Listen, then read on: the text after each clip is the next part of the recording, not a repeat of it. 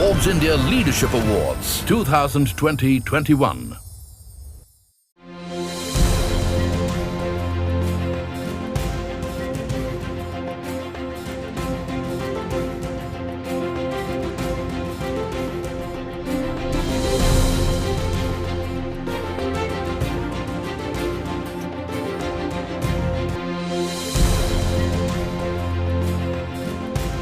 Good evening, ladies and gentlemen, and a very warm welcome to the 10th Forbes India Leadership Awards presented by our technology partner Lenovo, tourism partner Saudi Arabia Tourism, in association with Puma and CNBC TV 18 as our media partner.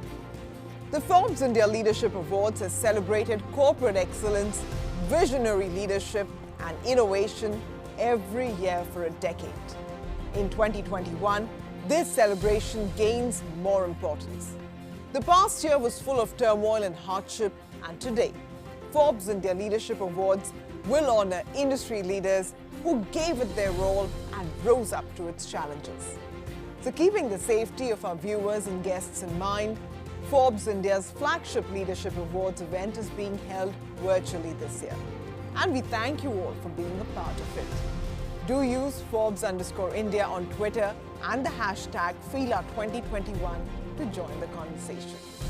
Also joining us in the live stream today will be the biggest names in the business and pioneers who have scaled new pinnacles of entrepreneurial success and redefined leadership and India's growth story in the span of their careers. The COVID-19 pandemic shook the world, and as one nation after another went under stringent lockdowns, we saw industries suffer and governments grapple with the public health crisis. Business leaders were forced to reinvent strategies and switched from growth to survival mode. The companies who effectively deployed their resources, pivoted, innovated, and protected their people made a mark in 2020.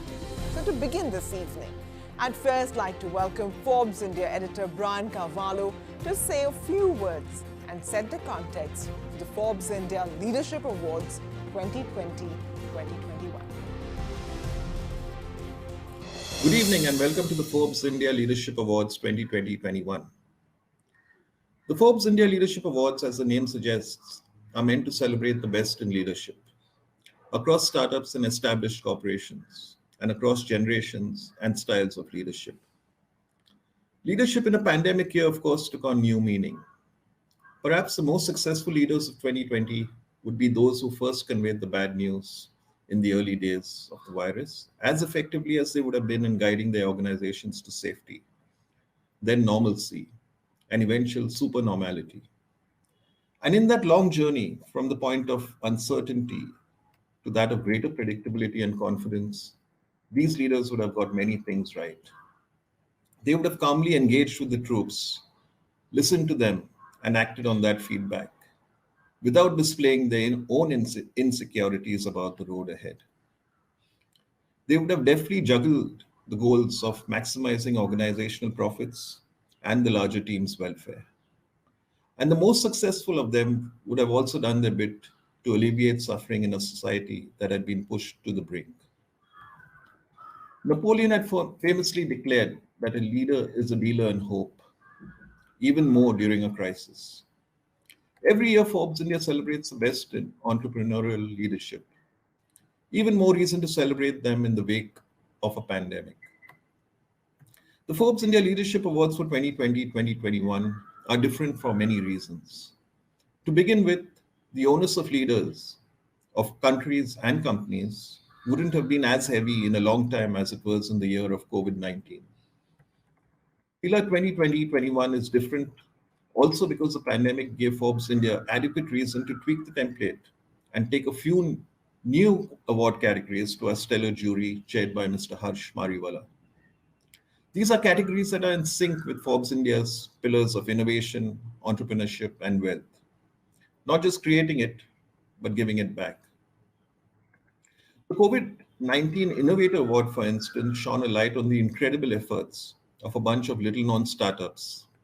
And it's these startups that tweak their business models to provide products and services that help take on the battle against the virus. There, of course, can be only one winner, but the jury had their task cut out, choosing between manufacturers of non-invasive ventilators and those of diagnostic tools to highlight just two such ventures. You will soon see who the eventual winner is.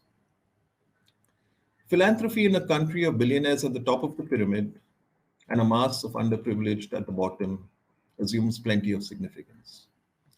As long as philanthropy is not only about charity, but embraces a holistic approach to social causes, the giving movement too can do its bit for the economy. Just two ways of doing that are by educating more children and prioritizing healthcare. Forbes India's focus on philanthropy captures the efforts of a handful in saving lives by donating personal protective equipment kits, ventilators, and oxygenator machines via COVID-19 related health programs, and by providing millions of meals in the lockdown months. What this also brought to the fore is the role professionals in the corporate world had to play in these on-ground initiatives. And that is one key reason for having two awards for philanthropy. One that considered head honchos of companies, consulting firms, banks, and venture capital and PE firms. And another to look at philanthropy at scale of the founders and the next gen at some of India's biggest conglomerates. Meanwhile, India's rapidly burgeoning bandwagon of startup maven showed the world how to attract capital and lay the building blocks of tomorrow in a time of crisis. I won't reveal any more at this stage about our winners in the emerging entrepreneur category and entrepreneur of the year categories. All that will unfold in the next 1.5 hours or so. In this time, we also have packed in some exciting and thought-provoking interactions. So sit back and enjoy the evening. Thank you. Brian, thank you so much for your kind words. And now, to kick off the proceedings, we have a very special interaction planned with Mr. Narayana Murthy, the co-founder of Infosys and an iconic industry stalwart, who will talk to Mr. Harichandan Arakali, editor of technology at Forbes India, about the challenge before entrepreneurs to do hard things, what corporate India should do in the post-COVID world, his hopes for future leaders of India Inc., and how he found his own purpose in life.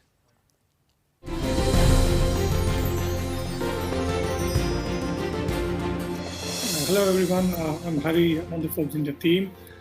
Today we have an iconic personality with us to talk about some very relevant things. As you all know, the last year has been unprecedented with the COVID pandemic, and we have with us Mr. Narayana Murthy, founder of Infosys, Indian IT's bellwether, to talk to us about his views on what India should be doing, what corporate India should be doing, his hopes for the next generation of leaders of Indian large corporations and so on.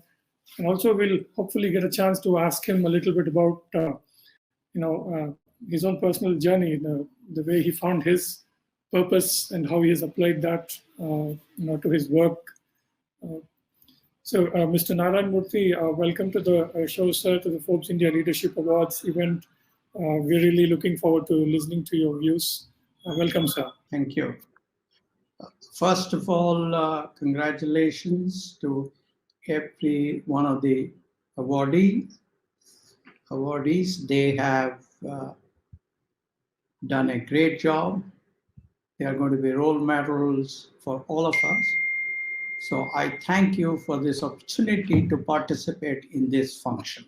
So let me start with the first question that we have for you, sir. The Silicon Valley entrepreneur investor Peter Thiel once famously said, "We wanted flying cars. Instead, we got 140 characters."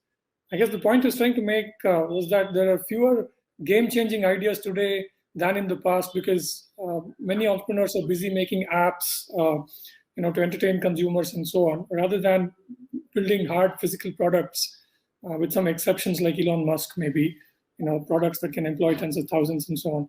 Would you agree that big ideas have been replaced by sort of ho-hum incremental innovations? Well, Peter Thiel is a very intelligent and highly accomplished person.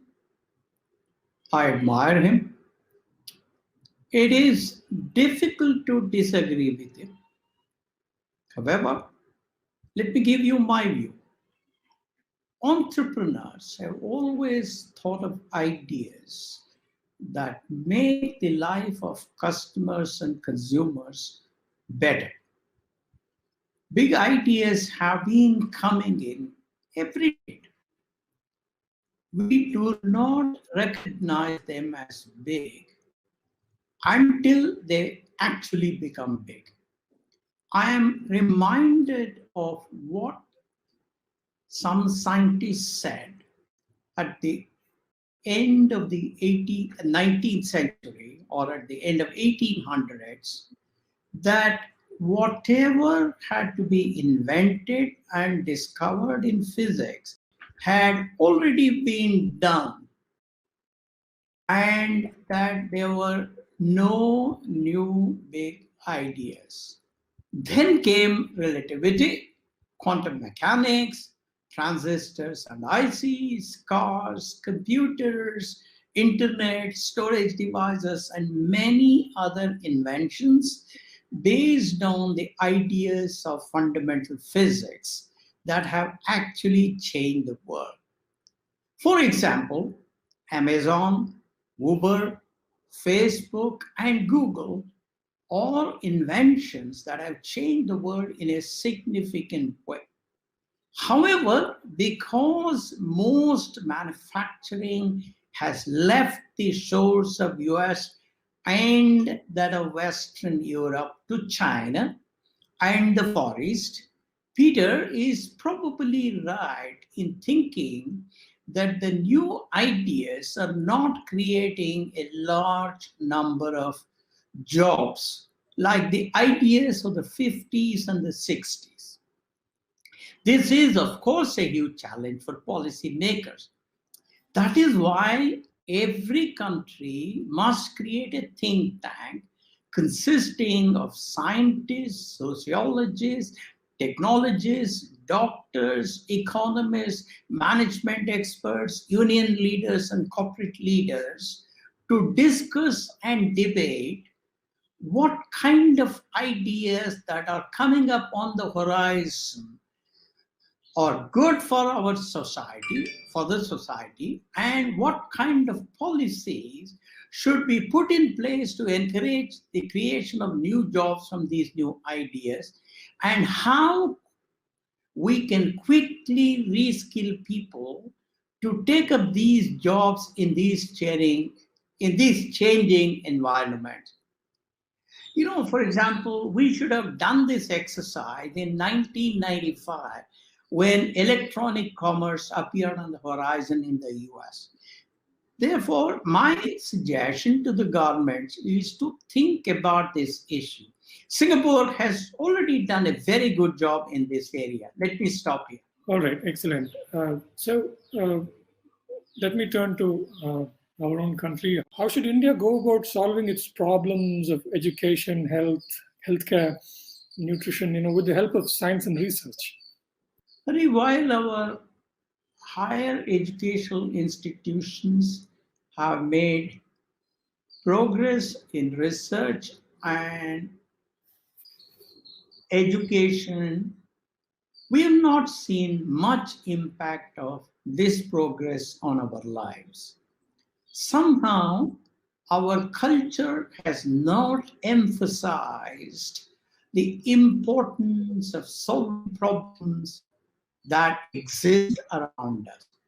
We have, as you know, huge problems in education, in healthcare, in nutrition, in shelter, in water, you name it. Everywhere we have serious problems. Let me give you some examples. Dengue and chikungunya are unique to India and, of course, the developing world. My friend, Professor Sudhir Krishna and his team have been working hard to solve the problem of dengue. But he has not found much encouragement from either the state governments or the central government. Let me give you another example. When a well-known technologist philanthropist of the US wanted to solve the problem of producing cheap, clean water for the developing world, I am told he did not come to any of our higher educational institutions, but he assigned that problem to a top 10 higher educational institution in the US. This is because we have not developed a reputation for solving our problems using science and technology. I see lots of bright, hardworking, and well-intentioned youngsters in India, but we have not been able to solve our own big problems. I believe our higher education focus will have to move towards finding solution to our own problems. Somehow our mindset is not to solve problems around us, but to try and attempt to solve the problems perceived by the developing world. Let me give you an example of this. I will take an example from my own industry. According to the latest NASSCOM report, India, I believe, has generated about US dollars 190 billion from the IT industry and about $100 billion US from just the software services companies alone. This is not a small sum.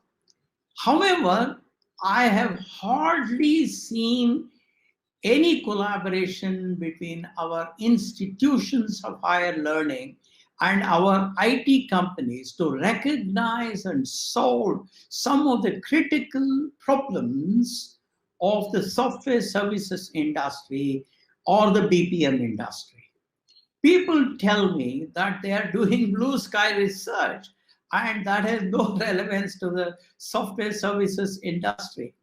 I understand that blue sky research may not have immediate application, But even relativity and quantum mechanics have had huge impact on our daily life thanks to GPS accuracy, transistors, laser printers, laser surgery, PET scanners, etc. All the good ideas of cloud, data analytics, AI, machine learning, 5G and IoT have all come from the West.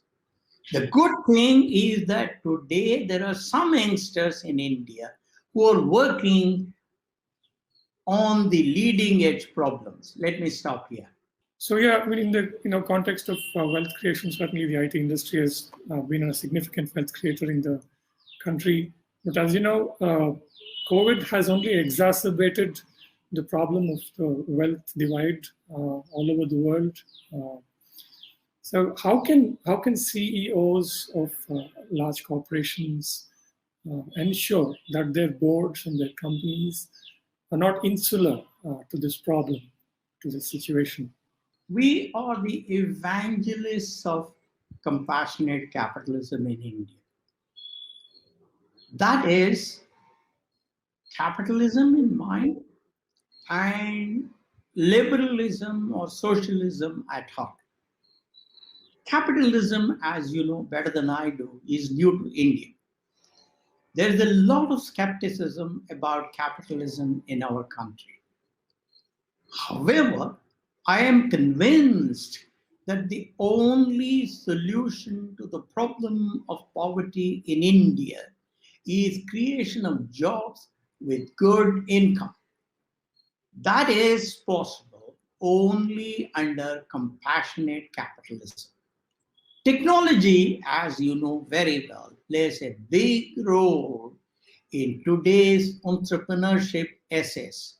It is the duty of our corporate leaders, academicians, intellectuals, our bureaucrats, and our politicians to create a positive climate of opinion for our entrepreneurs, for free market, and for a powerful, well-informed, and impartial regulator. The responsibility of corporate leaders is to demonstrate self-control over greed. They should demonstrate large-heartedness. They should demonstrate generosity. For example, when Infosys was formed, I distributed stocks very generously to my young co-founders who had hardly 1 or 2 years of experience and were 5 to 6 levels below me in corporate hierarchy. Therefore, the corporate leader should first ensure that the lowest earning employees are given increments before the turn of the senior management comes up. This is particularly true during the time of hardship. Infosys is probably the only company in India that distributed shares to every employee in the company, from the peons to non-founder executive directors. As late as 2007, under Chris Gopalakrishnan CEO-ship, we distributed, as of date, 19% of the total equity to our non-founder employees. I think at today's prices, it's somewhere more than 100,000 crores. Let me stop here. So what are your hopes for the next generation of corporate leaders in India? And what advice would you give them? No, Ari, I believe that performance brings recognition, recognition brings respect, and respect brings power. So the only way Bharat can indeed become Mahan is through performance, particularly economic performance. Our corporate leaders have the primary responsibility to make it happen, and our bureaucracy and political leaders have the responsibility to create an environment conducive for such work by our corporate leaders. Every company should have a target for export as a percentage of revenue so that the country becomes a leader on the global scene. Also, if you satisfy the most demanding customers on the global scene, you will provide better products and better services to our own domestic clients. Our leaders, therefore, have to worry about work productivity, revenue productivity, and quality. They have to put the interest of the country and the interest of the company ahead of their own personal interest. Our corporate leaders have to become honest, transparent, hardworking, disciplined, innovative, and competitive. Every CEO should maximize the following parameters. One, revenue, profitability, EPS growth, per capita export revenue added in US dollars, and per capita free cash flow added. Free cash flow, in my opinion, is perhaps the most important parameter that every CEO should focus on. Let me say per capita free cash flow. That's the most important parameter that every CEO should worry about. On the non-financial side, I would expect them to focus on multiculturalism, diversity, sustainability, and social responsibility. Companies should not create negative externalities like polluting air and water. Let me stop here. One question, sir, aimed at basically learning from your life and your experiences. Many of us struggle with the idea of having a purpose that can guide us through the toughest of times. Can you reflect a bit on how you found your purpose in your life? How that has evolved over the years, and how you use it, to guide your work on a daily basis.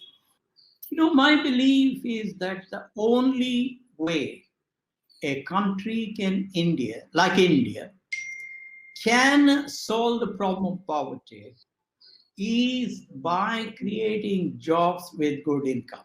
There is no other way. You can say Garibi Hatao 1,000 times, nothing will happen. As we saw, Indira Gandhi saying Garibi Hatao, did Garibi go? No, it didn't. This task of removing poverty from India can only be done by entrepreneurs in the private sector and not by the government.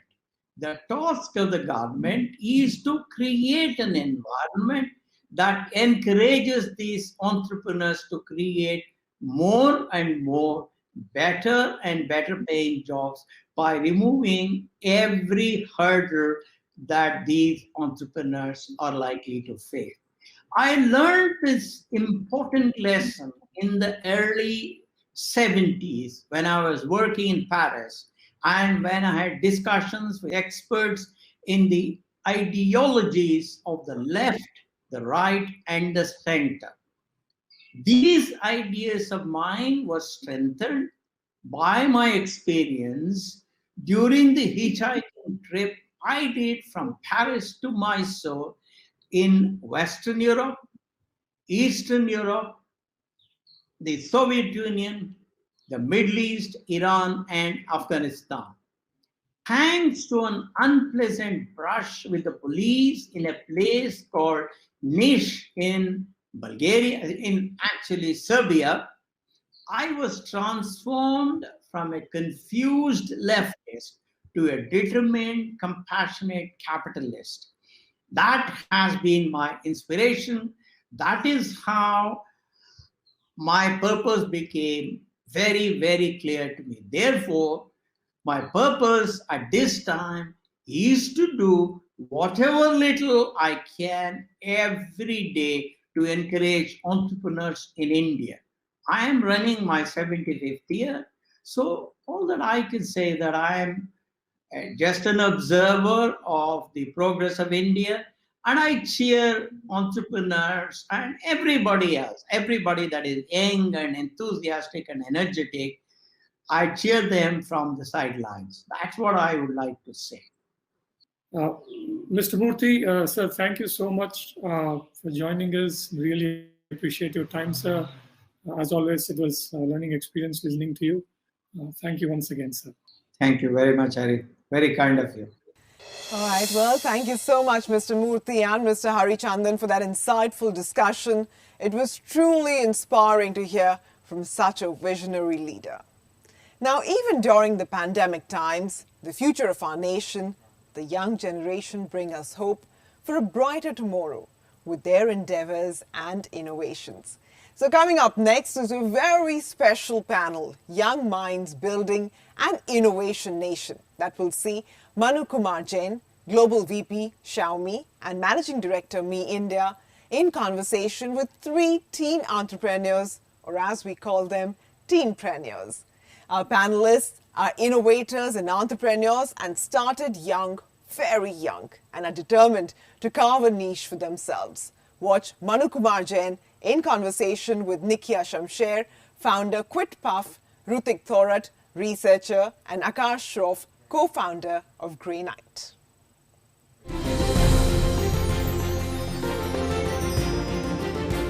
It's a wonderful feeling to be here at Forbes India Leadership Awards, and we are going to have a special panel discussion today with 3 young minds who are building very innovative businesses.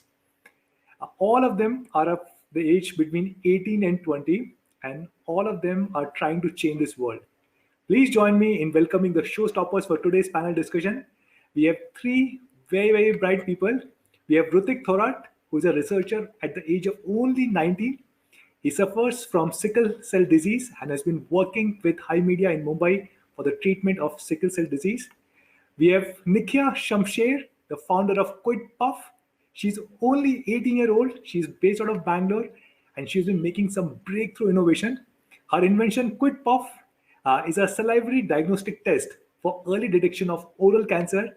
And we have Akash Shroff, the co-founder of Grey Knight. He's only 20-year-old, and the company has been using a provisional patent for wildlife monitoring to provide low-cost access for removing sensing data for tracking various avian species. Now, all of them are super young. It's interesting because when I was 18, 20-year-old, I had no idea what I wanted to do in life. And so amazing to see these really bright people, young people at such young age trying to change the world. So let's get started. Hopefully we'll have some fun. I'm going to ask them questions about their life, their work, and how did they start these businesses at such young age. So let's start with the oldest one in the group, still probably so young, Akash. Akash, do you mind telling us a little bit about yourself? What does your company do? And how did you start this company? Sure. So basically, I think my journey with entrepreneurship actually started with when I founded my own nonprofit. So I founded my own nonprofit as a 17-year-old in high school, and over the course of the last 30 months or so, my nonprofit has grown from being just a 2-member organization to having about 500 plus volunteers and 1,200 plus donors, and has raised about 19.5 lakh rupees and impacted 5,000 children. So that was actually my first introduction to some kind of leadership and organizational management and how I can actually manage teams. And those were some of the learnings I got between the age of 17 to 19 by running my nonprofit.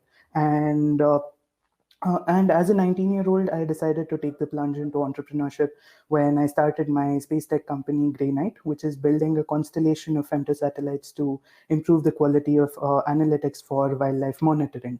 So I started off my company with support from my university, with Spilani, and with a pre-seed round in early 2020, I founded the company along with a friend of mine from Bangalore. That's a brief about how we started. Understood. Very, very inspiring. We'll come back to you very quickly. But next in line, we have Rutik Thorat, 19-year-old working in Mumbai. and making huge improvements with respect to treatment of sickle cell anemia. So, Murthy, tell us a little bit about yourself and tell us about the research work that you're doing. I'm Mrutik Thurat.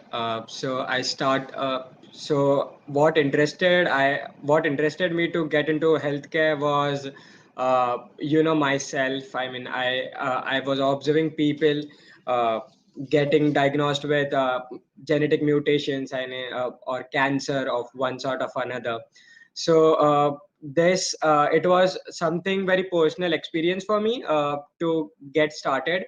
So I started at the age of 11. I started reading about sickle cell anemia because I was affected by it, and along the way I have developed now a therapy for it. So I'm currently working on my biopharma startup in which it is in preclinical development phase. We have two different drug therapy, one for sickle cell anemia and the second for COVID-19. And we recently discovered that the drug which works for COVID-19 also works for some types of cancer. So now we are using a recombinant therapeutic protein to act as immune-mediated approach against COVID, and which will result in increasing immunity of the patient and fight the disease.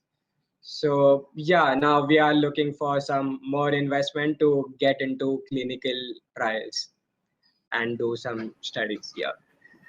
And it's so inspiring and motivating. I can't even imagine how tough it must have been for you personally during this journey. Really, really inspiring. Now we go to the youngest amongst the three, Nikia Shamsher, the co-founder of QuidPuff. She's just 18-year-old, and she has found a unique diagnostic test for early risk detection for oral cancer. So, Nikia, tell us a little bit about yourself and about your startup, and how did you got an inspiration for this, and when did you start this startup? Hi, so I'm Nikia Shamsher, and basically QuidPuff is a very, very easy, simple home-based test that you can do yourself that tells you your risk of developing oral precancer or cancer. So the reason I came up with this test is because the mortality rate because of oral cancer in India is extremely high. And that's because a lot of people in rural areas are continuing to smoke a lot and chew a lot of tobacco. Half because they don't know that these substances are very harmful, and half because of the amount of stress they undergo. And so because they continue these bad habits, their mortality rate is very, very high. And what is another huge issue is that they get diagnosed way too late. If you get diagnosed in stage 1, there's still a very good chance of survival. There's a lot of treatments you can undergo. But in stage 3, your chance of survival drop down a lot. And treatments are also, there aren't many, and they're very expensive too. So a lot of people can't afford those treatments.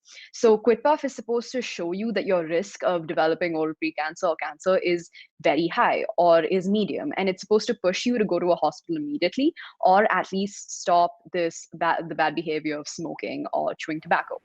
So that's the whole aim of QuidPuff. And the reason I came up with it is about 4 years ago, I was part of this group called Compassionate Clowns, where we dressed up as clowns, we dressed up all funny, and we went to pediatric wards to cheer up the kids then, to just make them laugh a little bit more. And during one of those visits, while I was leaving, I came across this man who had half his jaw surgically removed.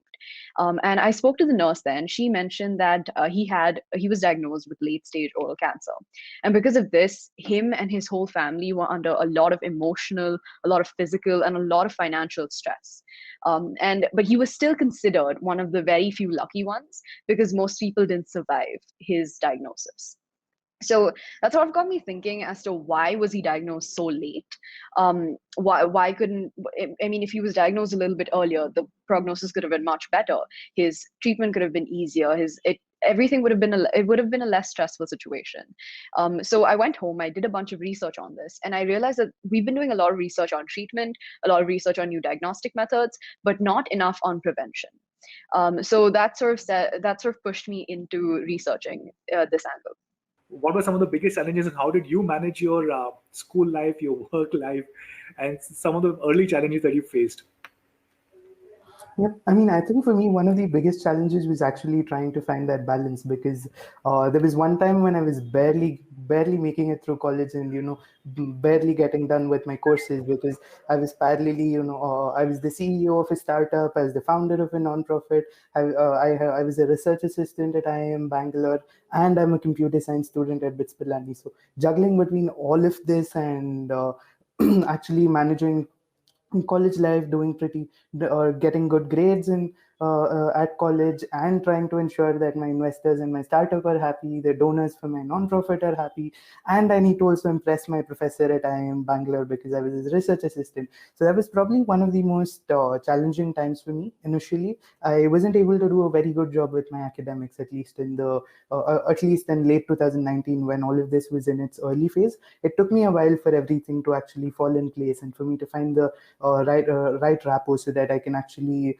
get good grades, manage my social life, because I think that also took a hit in early 2020. So finding the right balance between my academics, my social life, my nonprofit, and my startup was one of the major challenges. But I think that's something that was a learning experience that I'll definitely cherish for the rest of my life, because it was a good learning experience, and I definitely got to meet a lot of people, get better at a lot of things. And before I started my venture, I was somebody with severe social anxiety. Like, I was somebody who couldn't look at somebody else's face and speak. I usually used to look away even when I had to speak to somebody. The kind of confidence that starting two of my own ventures and doing something impactful early gave me was that's something I think was one of my biggest challenges, overcoming my social anxiety and being able to speak to people, because I had severe stage fright. Like, if I go back 3 years, I couldn't hold a mic and talk. Like, I tried speaking and I had severe stage fright and I just left the mic and walked off. So that was the kind of social anxiety I had. So overcoming that kind of social anxiety and actually being able to start off with two ventures, I think that was one of the biggest challenges I had to face.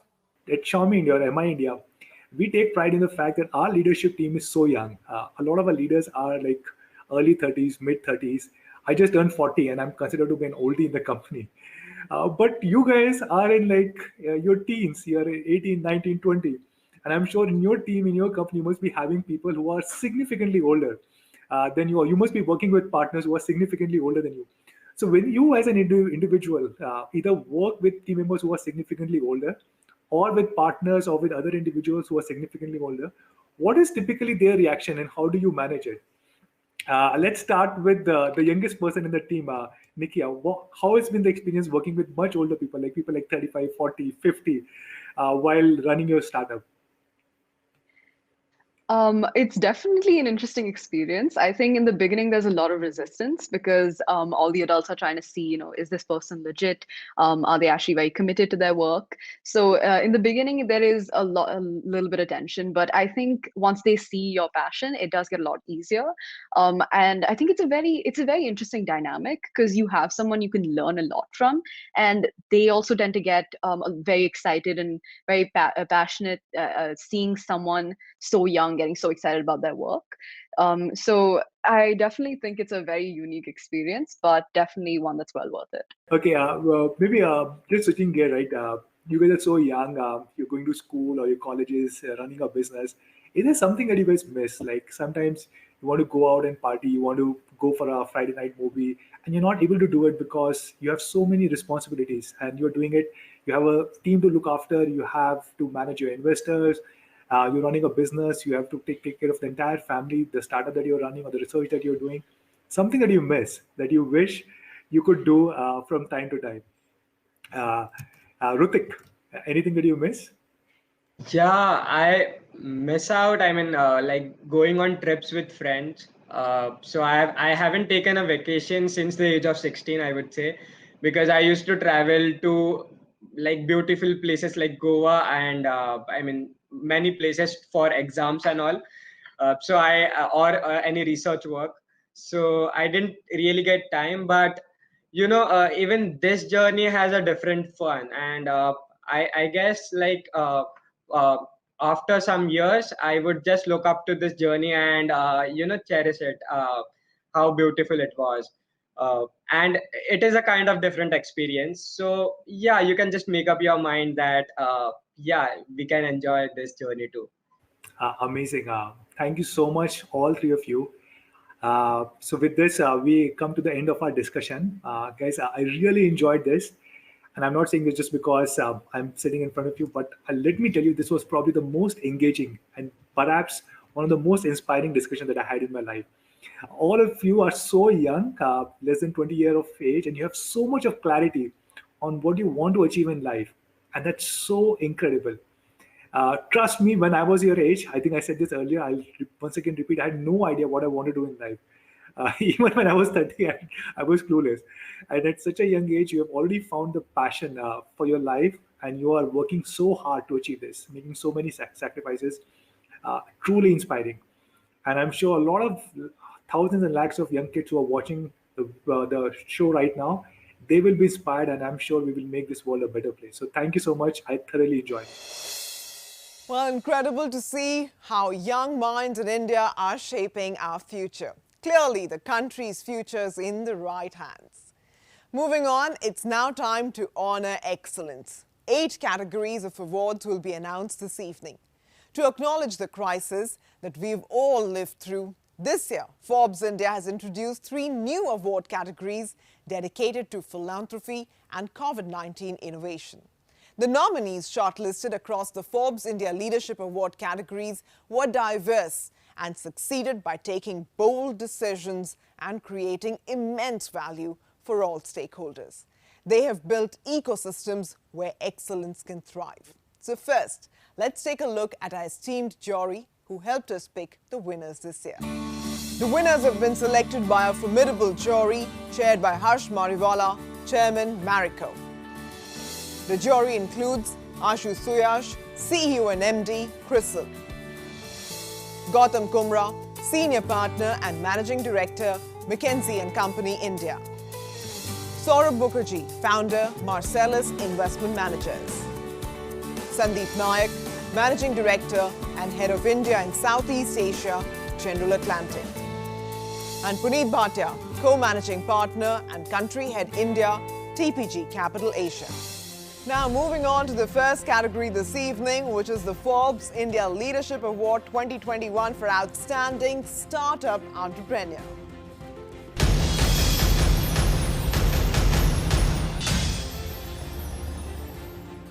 The award for Outstanding Startup Entrepreneur goes to Naveen Tiwari, Founder and CEO in Mobi Group.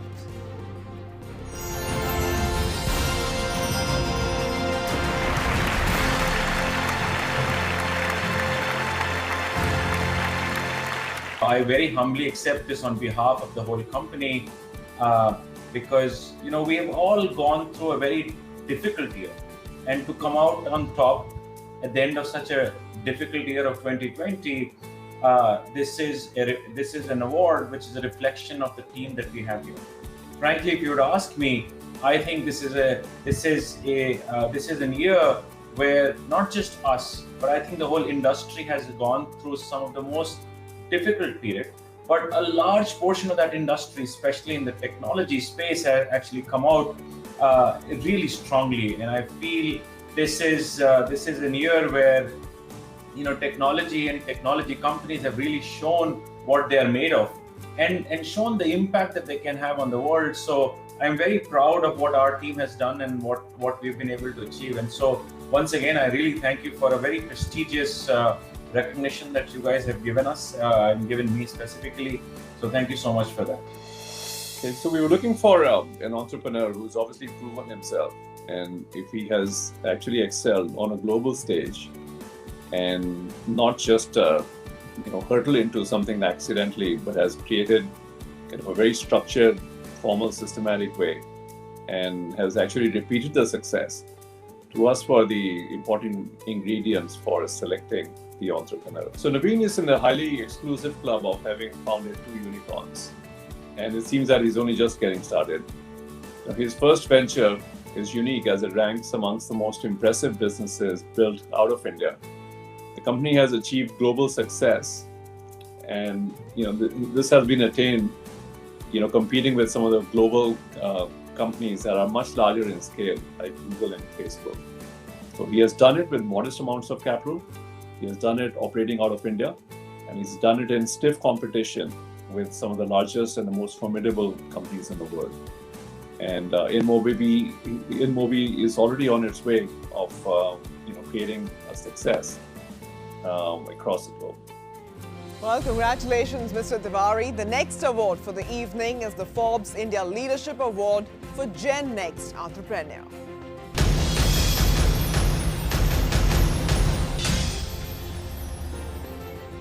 The Forbes India Leadership Award for Gen Next Entrepreneur goes to Sharvil Patel, Managing Director, Cadila Healthcare, that's currently in the midst of his Phase 3 trials involving the indigenously developed COVID-19 vaccine, Zycov-D.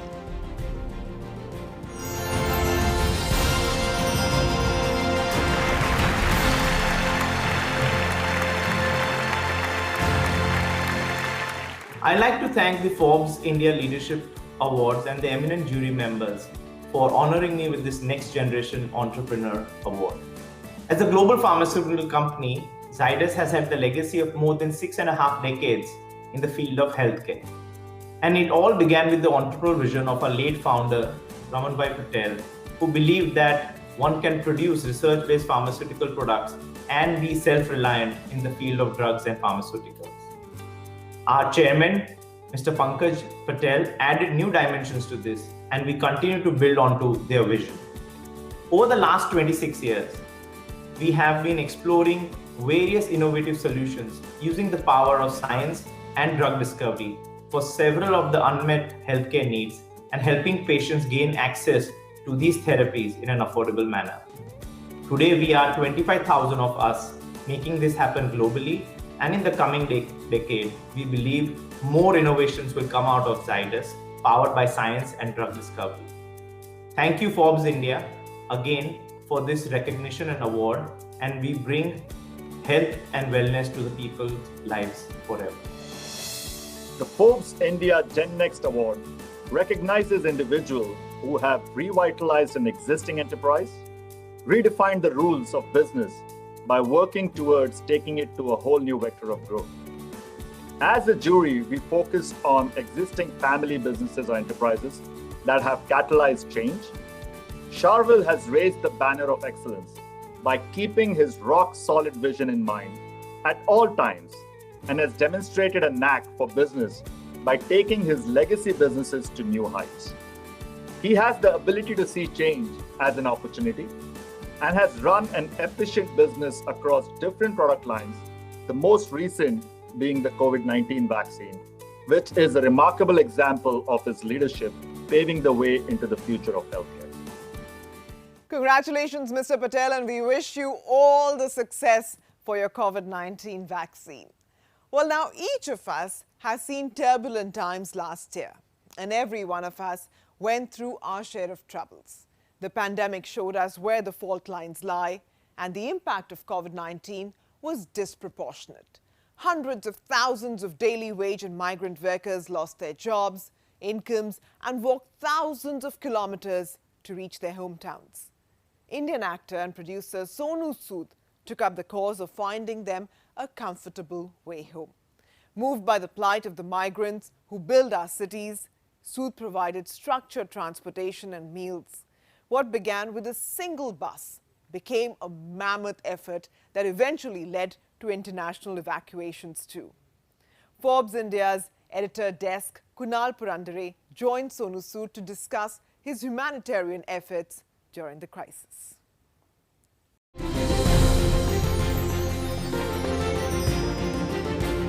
Hi Sonu, thank you so much for speaking to us at the Forbes India Leadership Awards. Thank you so much, Kunal. Thank you so much. 2020 was a tumultuous year because of the coronavirus pandemic. It not only wreaked havoc on the economy, but it also brought with it a humanitarian crisis as people lost their lives, their jobs, and livelihoods. But even in those challenging times, several heroes came to the fore, many known and several unknown.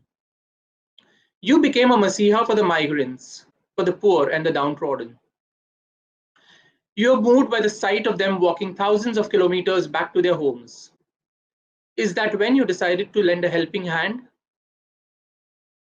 Yeah, Kunal, I think we all were really moved by all these people trying to get back to their homes. And I always believed that these were the ones who actually made our homes, made our offices, made our roads. So there was no way that we could let them go back to their families, again, put them back on roads without any transport, and they suffering and losing their lives with the little ones. So I think that was a crisis that everyone felt to work for. But I believe that, I was living on the roads during pandemic, serving food and just taking care of migrants. But when I saw them walking back to their homes and, for 10 days, 20 days, so I thought it's very important to give a shot and at least get some permissions ready so that I can send them by some kind of transport. And this is how the whole journey of sending them by bus started. Then we started operating flights. Then we started operating trains. So this was something which I was not trained. I was not equipped to do it. But I think the zeal and the love that I could see in their eyes when I was trying to help them. So I think that made me do all that, and I was always on my toes. And I think somewhere the wishes and prayers of all these families who were waiting for their loved ones to come back to their homes really worked, and I think that kept me going. And this is how the whole journey started. When did you realize that the problem needed immediate intervention, and what gave you the strength to carry out this monumental task alone? When I saw all these people, and like I said, I was on the roads. I was almost spending whole day with them, meeting them, serving food, and also the problem we could see from day one. They were helpless. They didn't have money to go. They didn't have any means to go back to their homes. They were clueless, and not only they. I think everyone sitting in a home were all they were all clueless what to do and how to help.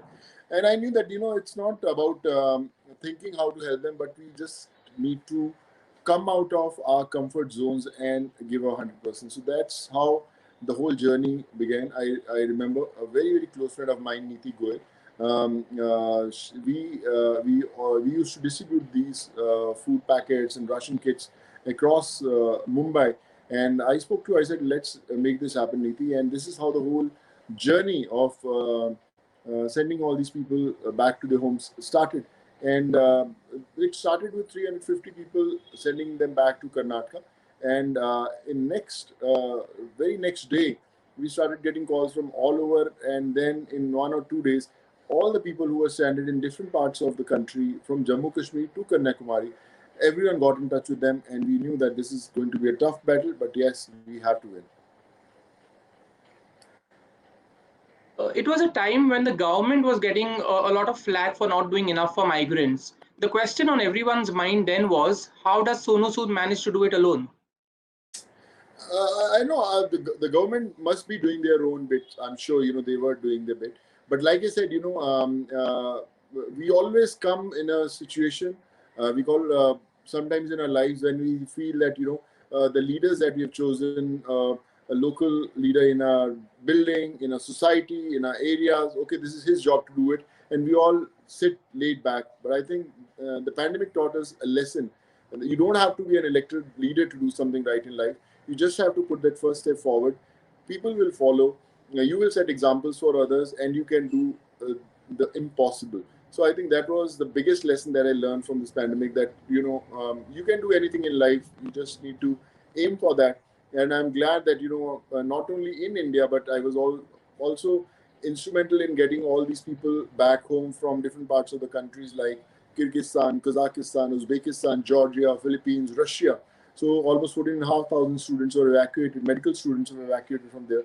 So all the listeners, I just want to say that, it's something that you could have done and you can do it. There's never an end to, the needs that people have it, and the pandemic the migrant movement was not about just sending them back to their homes, but creating jobs for them, creating healthcare system for them. And still we are learning, still we are doing that bit. What was your experience of dealing with the disadvantaged? Did it open your eyes to a whole new world that you were probably oblivious to? I think the whole experience was a great learning experience for me. I remember my mom used to say that, if you're able to help a needy without the needy asking for any help, then you consider yourself successful. So life is all about giving back to the society. You don't have to, earn a name, fame, money just for yourself. You don't need that much. If you can give back to the society, I think that's what your aim should be. And that stayed with me forever. My mom, who was a professor, taught kids all her life. My father, who was a shop merchant in Punjab, I used to have langar every week for the needy, poor people. So I believe that doesn't really matter which field you belong to. If you have an ambition, a zeal to help others, you can do that. So I think I enjoyed the whole journey, and I feel I'm a changed man now. I always say that this is the best role that I played in my career, and I'm glad that I came to the city, Mumbai, years back, but never realized that I'm going to play my best role after so many years. Yeah, and that is reflected in the kind of gratitude people have for you. People have opened shops in your name. They've named their babies after you. What does all this mean to you? It makes you believe that you're doing something right in life. It makes me miss my parents more. I wish they were around to see what's happening around. I wish they were there to guide me. I wish they were there to tell me, yes, Sonu, you're doing something right. So all the people have been naming their babies after my name, their shops, their businesses. So I think that I'm very humbled. I would say that I'm just thankful to all of them who believe that I've been instrumental in changing few lives, and I promise that I'll keep on doing that. You also taken another role with the Pravasi Rozgar app, where you intend to provide employment to these laborers, migrants, whoever's looking for work. What is the larger goal of this initiative? No, we aim to connect with almost 10 crore people in next 5 years. It's going to be a different world. All these laborers who struggled all their lives, waiting for that one call where you can call them for 3-4 days, they'll do some kind of job work and they'll go. So life is not about them. We are making them digital. Every single one will have a digital identity. If they travel abroad, they travel, work in India, they travel in any part of the country, they'll have every single hour that they've spent on a digital thing that will upscale them, will take care of the healthcare system, their education for the kids, the way they're going to stay, their living, everything. So we're just trying to make it more organized. A blue collar worker has always been a big sufferer, and they could never get the life that they deserve. So I think with Pravasi Rozgar, which is now Good Worker, we are trying to change those lives. We are trying to upscale their living, and hopefully we'll do and achieve our target soon. Has this entire experience changed you as a person? Yeah, the whole experience has changed me as an individual. I've grown as a human being, and I just want to thank God every single day. So thank you so much for choosing me to do this. And I promise Almighty that I'll keep on doing this good work and just keep guiding me. And I know still miles to go, but the journey is on. And you said this is the best role that you played on or off screen. Yes, of course. And I think Almighty was the director, and the word was the real location. And I hope that I played my role well. And obviously, you're not stopping at this. I'm sure you have larger goals, larger plans to help society. Of course, yes. This is just the beginning. Like I said, still miles to go, but the journey is on. Right. Sonu, actors get a lot of flack for not doing enough for society, but you used your star power to make a difference. Thank you so much once again for speaking to us, and best wishes to you. Thank you so much, Kunal. God bless you, and just keep the good work going on. Thank you so much. Well, we surely need more such individuals who take up responsibility of creating a positive impact on people's lives. Thank you so much, Mr. Sood and Kunal Purandare, for this insightful discussion. Well, 2020 was a good year for leadership, whether it was to create an efficient pandemic response or effective communication. And piloting at the organizational level, every team leader had his or her work cut out for them. So I'd like to welcome Indian cricket captain Virat Kohli for a very special tete-a-tete on leading from the front to talk about all things leadership from his field perspective. Moderating this session is Abhishek Ganguly, Managing Director at Puma, India and Southeast Asia.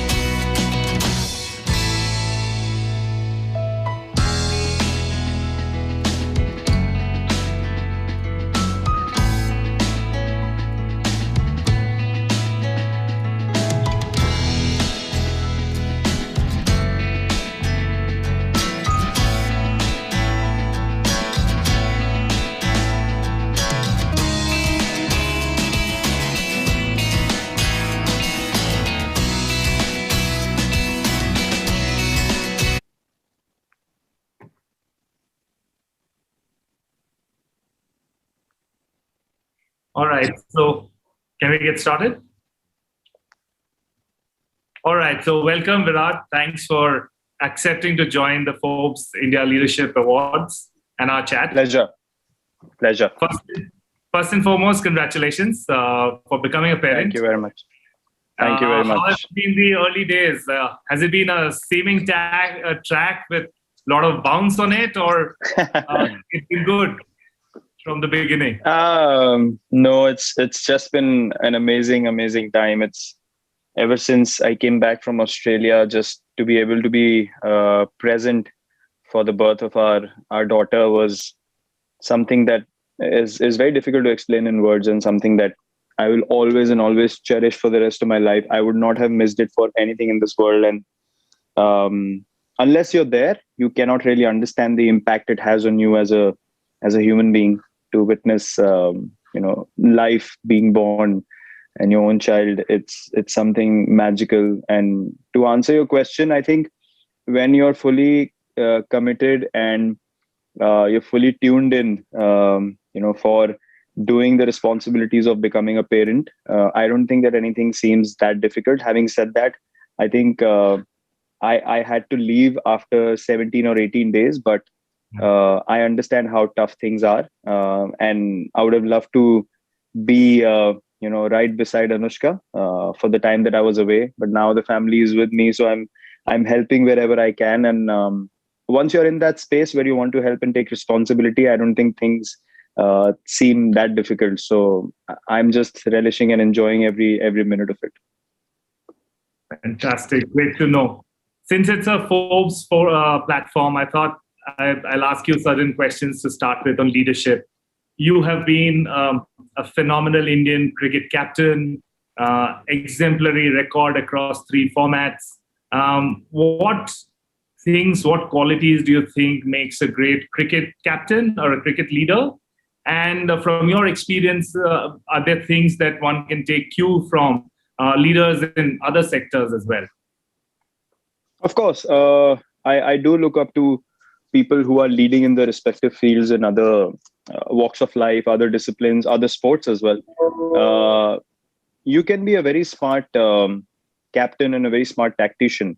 A lot of people have the understanding and the brains to do that, but I think leadership is way more than that. Leadership is a lifestyle. Leadership is commitment on a daily basis for what you do as an individual first, because you want to be able to lead by example. That's exactly what leadership means to me.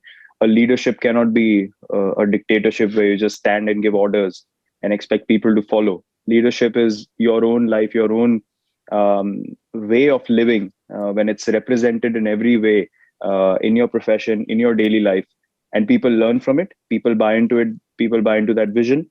That for me is leadership. And I've been blessed with the opportunity to lead the cricket team of my country, and for me it's been an absolute honor, and I take so much pride, and it's a privilege for me to be committed on a daily basis to doing things which are most of the times out of my comfort zone. But I understand that that's what will push me forward and eventually motivate others around me as well. And I want to be able to do that and keep learning from leaders in different walks of life around me as well, because it's very important to live the advice that you give.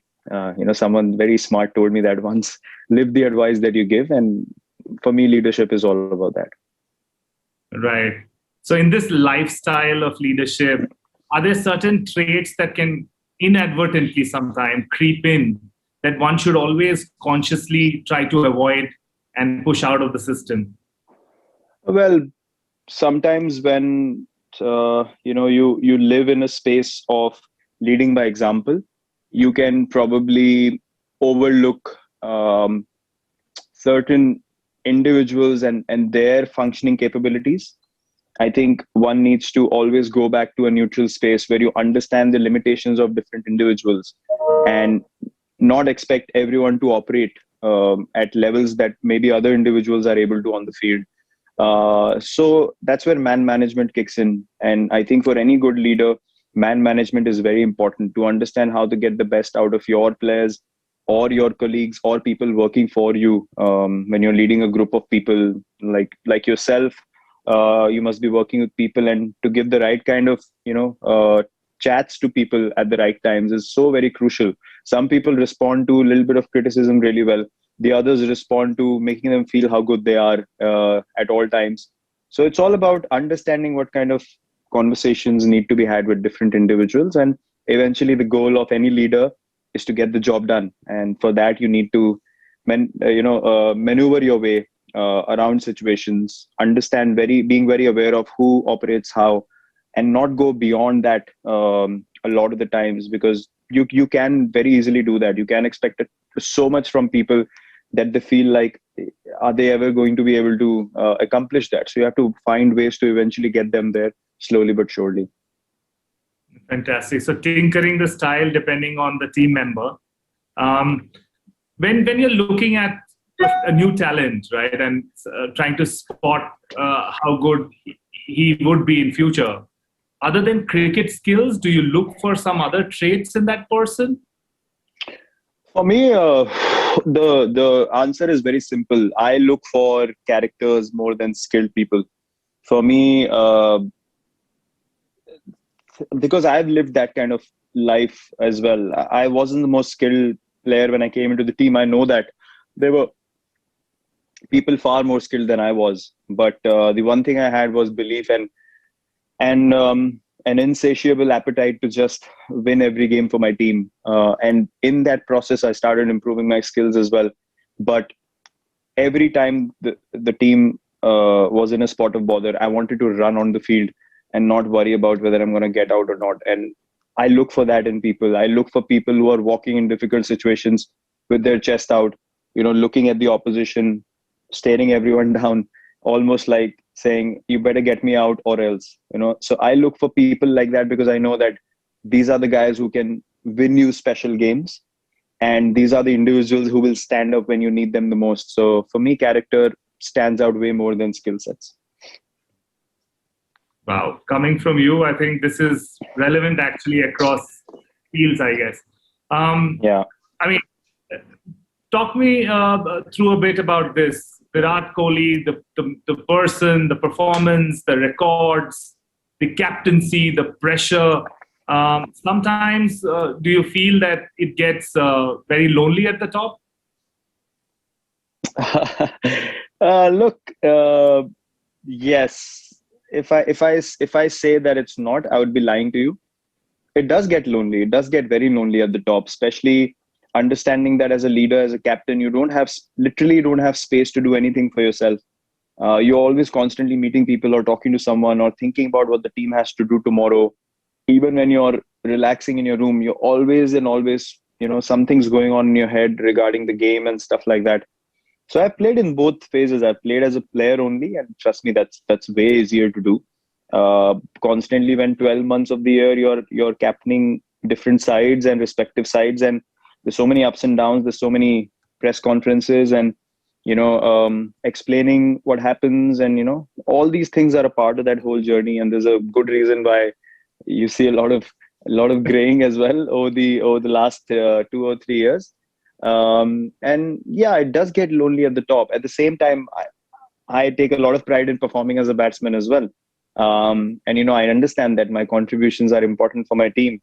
So to be able to maintain your batting standards at the same time captaining 12 months of the year with all this attention and all this scrutiny and being the focal point of everything, it does get very burdening, and it does get lonely. And that's where people that are close to you, a good family life, good set of friends, this is so very important, so very important.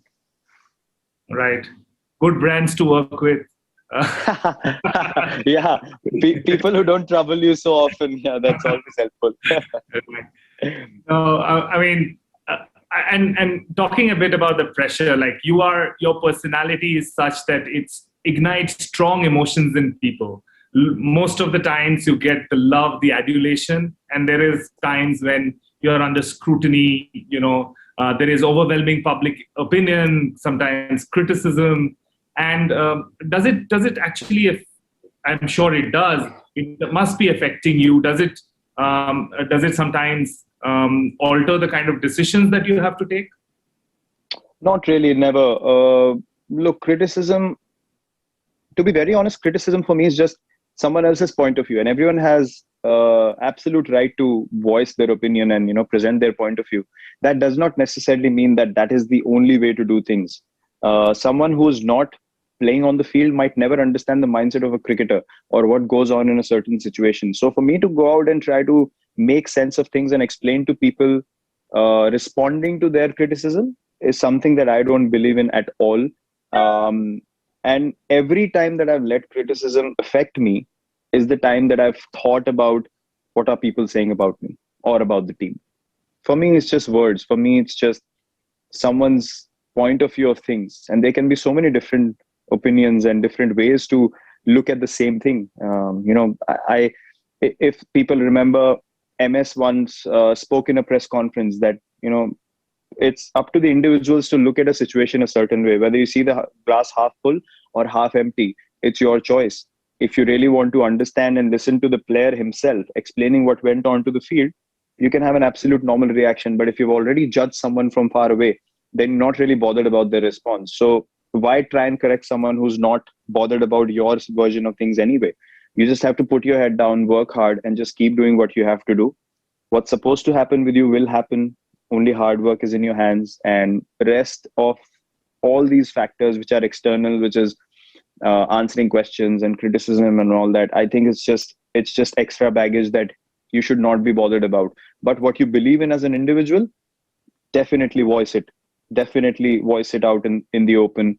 Tell people how you think. Tell what happened on the field, and just be yourself. Just be yourself. Just live life, in a very, very open and a very, very positive manner, and that's something that I believe in. Does this balanced thinking, this, if you may, this wisdom come with time, or situations make you learn this? Yeah, it does come. A mix of both, actually. Yeah, it does come with a lot of experience over the years. I was someone who would always want to go out there and correct people constantly, but then I felt like, what am I doing that for? Eventually, I walk out with the bat. None of these people who actually say things or write things are ever going to be in that pressure situation ever. And they should do their job, and I'm supposed to do my job. And my job is to go out there and do the best that I can for my team. And as long as I understand that I'm working to the best of my abilities every day of my life, and on the field, I'm absolutely committed for the team every time I step onto the field, I'm answerable to no one. And I've mentioned that in the past as well. I'm only answerable to myself. I should be able to look at myself in the mirror and say, listen, you have to pull your socks up. You're not doing enough. And as long as I'm having that conversation, I'm not really bothered about someone else's opinion about me. Right. A lot of success on one side, as well as a few setbacks. That's the life, I guess, of professional athletes. And you have had your share. Which is more difficult to handle? The success or the setback? There's a very famous saying that success has many friends and failures have none. So that's absolutely true in every sense of the word. Success is way easier to handle. Everything seems fine. Anything that you see, that you listen to, that you want to do feels amazing, feels that you're enjoying it. But I think I've learned over the years that failures teach you way more. Tough times teach you so much more about yourself. And it's not necessarily to do with the next time you succeed. It'll help you to succeed. I think success and failure is all a part of life. Yes, we play a competitive sport, so we're always going out there to be successful, to win the game for the team. So our lives can be defined by success and failure to an extent. But in general life as well, if people go through a bad phase in life, what you learn out of that will hold you in good stead, because good things and bad things, or good phases, bad phases will keep happening to you. And you should not only learn from the bad phases so you can succeed again. It's to learn from the bad phases so that next time you go through that bad phase again, you're not as bothered by it. And I think the key in life is balance. We say in cricket, batting is about balance, fielding is about balance, bowling is about balance, and life is about balance as well, as far as I see it. You need to be able to just go up and down that one central line and not fluctuate too often, so that you can be peaceful. At the end of the day, the peace of mind and a good sleep at night is all that a human being needs. And these are all phases to actually teach you how to be balanced in life. Peace of mind, good sleep at night, that you demonstrate, the drive to win, right? And every day you show up with that kind of hunger. Like, how do you just tune this in and tell us a bit about that? Well, if I look at my position here thinking that I'm entitled to something, I'll be the dumbest man on this planet. There are so many people who would die, to be in this position, to get an opportunity to do everything to have a crack at what we do at this level. And for us to feel entitled about the opportunity that we have is a very, very naive way of thinking. But having said that, you also have to understand that you cannot be egoistic about things. So I've tried to go about what I do on the field in a very, very organic manner. I've never really tried to hide who I am or compromise on who I am as an individual. For me, this is a place that I've been given an opportunity with, and I need to fulfill that opportunity with my responsibility every day of my life. And that's why I play like that when I play on the field, even in the gym, even at practice sessions. I'm never at 70%. I never operate at 65, 70%, because this is not a given. This place that I'm in is not a permanent or a guaranteed place for me. I have to work hard for it. I'm selected so that I score runs for my team. I'm selected so I perform on the field. I'm not selected just because of my past performances or what I've done for the country in the last 10 years. Constantly, I'm in that space that this is an opportunity that God has given me, and I need to be absolutely true and honest to it and be committed every day of my life. Well, if we go ahead in time, probably 6-8 years down the line, what is the Virat Kohli legacy that you want to really leave behind? See, legacy again is something that, if you really think about it, what are you going to do with your legacy, to be honest? I mean, people keep talking about legacies and, what you want to be remembered as. We make ourselves so significant in the larger scheme of things for no apparent reason at all. I'm here doing my responsibility, as I just said. I'm here to do what is correct. And if people get inspired by it, great. Because that will urge them to work hard, to be committed, to do the right thing, to move forward in life in the right manner, to play sport in the right manner, to lead every day of their lives in the right manner. If they get inspired by it, it's great. But to want to leave a legacy behind, you somewhere down the line, you start constructing things a certain way. And I don't honestly believe in that. I want to live my life every day to the best of my abilities as a human being, to be positive, to be myself every day. I cannot structure myself in a way that I want to create some legacy. 15, 20 years down the line, people will say, oh, he did this to Indian cricket, or he did this to the people of India. Fine. It's, it'll be something that you feel nice to hear, but you move on as a human being. You serve this game, you move forward.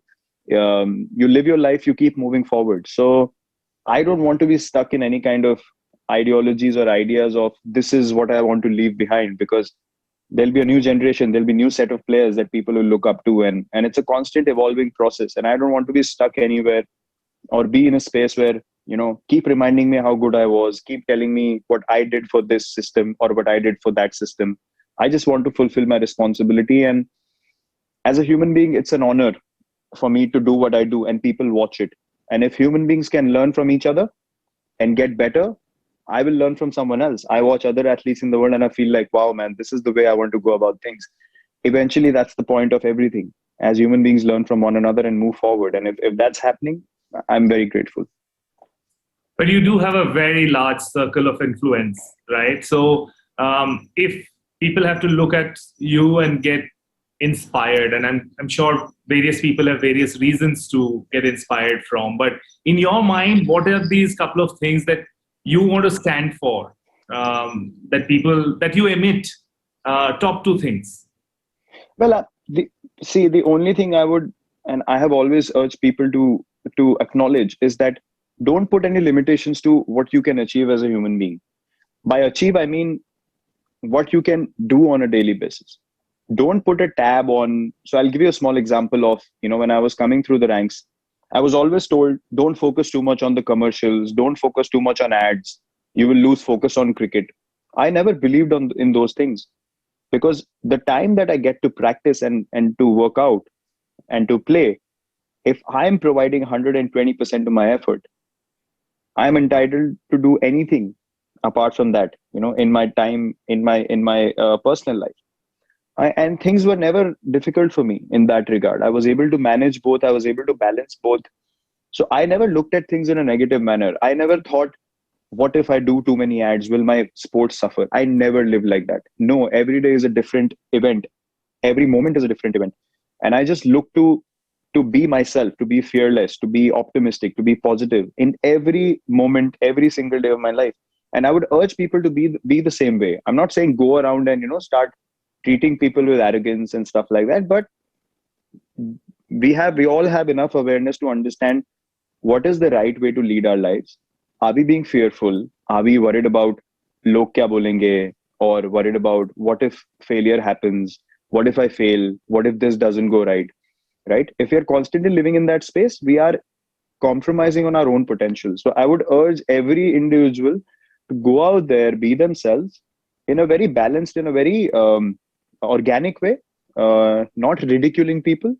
We need to be smart there, but at the same time, not compromise on who we are. If you can strike that balance, everything is wonderful. You'll handle success and failures equally well. Your fitness journey is known to all, and it has always been an inspiration for a lot of people in India and outside. And I know that we've spoken about it many times. You want India to be more active, play more sport, take care of their own personal fitness, mental and physical. What is the food for thought that you want to convey to people on this one? Well, again, do not limit yourself to how much you can do, even from a physical point of view as individuals. I was in a space where I felt like, I might not be able to do Olympic lifts. And, what if my back gets sprained or I get a serious injury?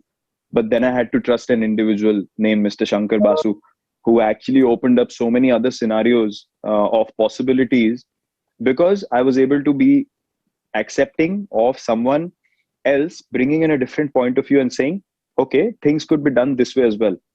The day I stopped being rigid is the day I started exploring things which were beyond my own comprehension. I could not process these things before, but then it opened up, a Pandora of possibilities which was unknown to me. So always go and try something, especially from a physical barrier point of view, because once you cross a physical barrier, what it does to you mentally is something that is very difficult to explain. Once you become a better version of yourself physically, your body is ready to take on more. You can think more optimistic or more positively about things, even in your workplace.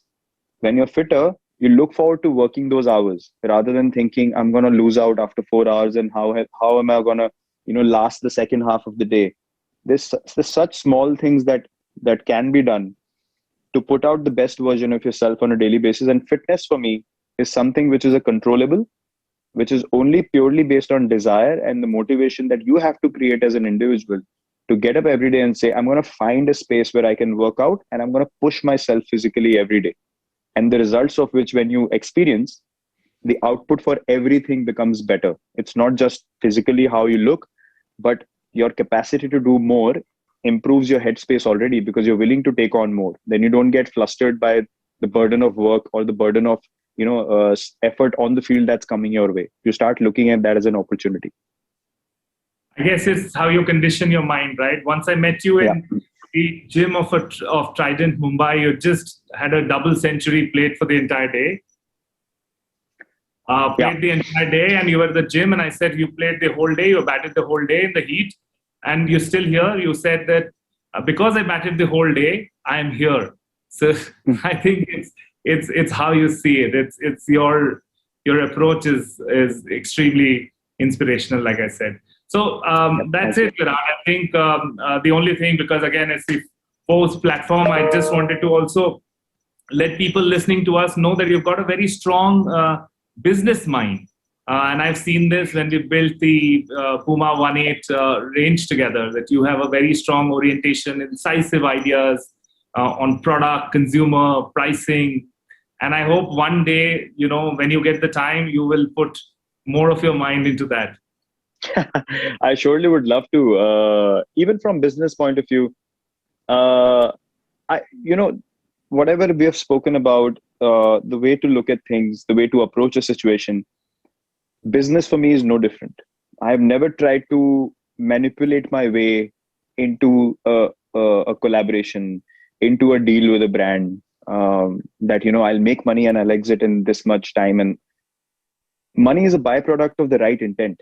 Everyone knows that. If you only aim to make money, yes, you'll make money for 6 months, but then your product won't last long. You will have no trust factor. And I think the best thing that you can experience while doing business or creating a brand is when people come and tell you, I love your product. I love the effort that's been put in it. And for me, even that comes from a very organic space. I, as a consumer, always felt connected to the things I bought. If something intrigued me, I would buy that. So I cannot present something that I'm not intrigued by myself to the consumer. So I even in those things, when we design 1.8 together, it is something that when I feel that it's right, only then it goes out. It's not a random thing of you guys see what sells in the market and we'll see what business it does. Every product has to appeal to you first, and then people can be convinced about buying that product as well. There's no rocket science behind it. Even there, you have to be yourself. You cannot be someone else selling something and then living a totally different life. So it's just an extension of who I am. And God willing, things work out well that way, because even there, I'm not trying to manipulate any situation. I'm being honest about what's been put out there. And people eventually understand that over a period of time.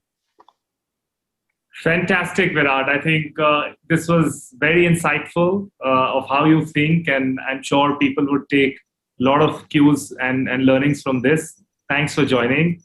Thank you very much. Always a pleasure. See you sometime soon. We don't know when, because you are probably in the bubble for the next, must be a big challenge, right?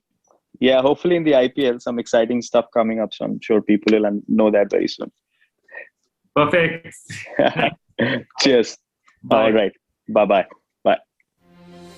Thank you so much, Mr. Kohli, for joining us live and sharing your invaluable insights on leadership. And now it's time to announce the next set of awards. The third award for the evening is the Forbes India Leadership Award 2020-2021 for Best CEO, Private Sector.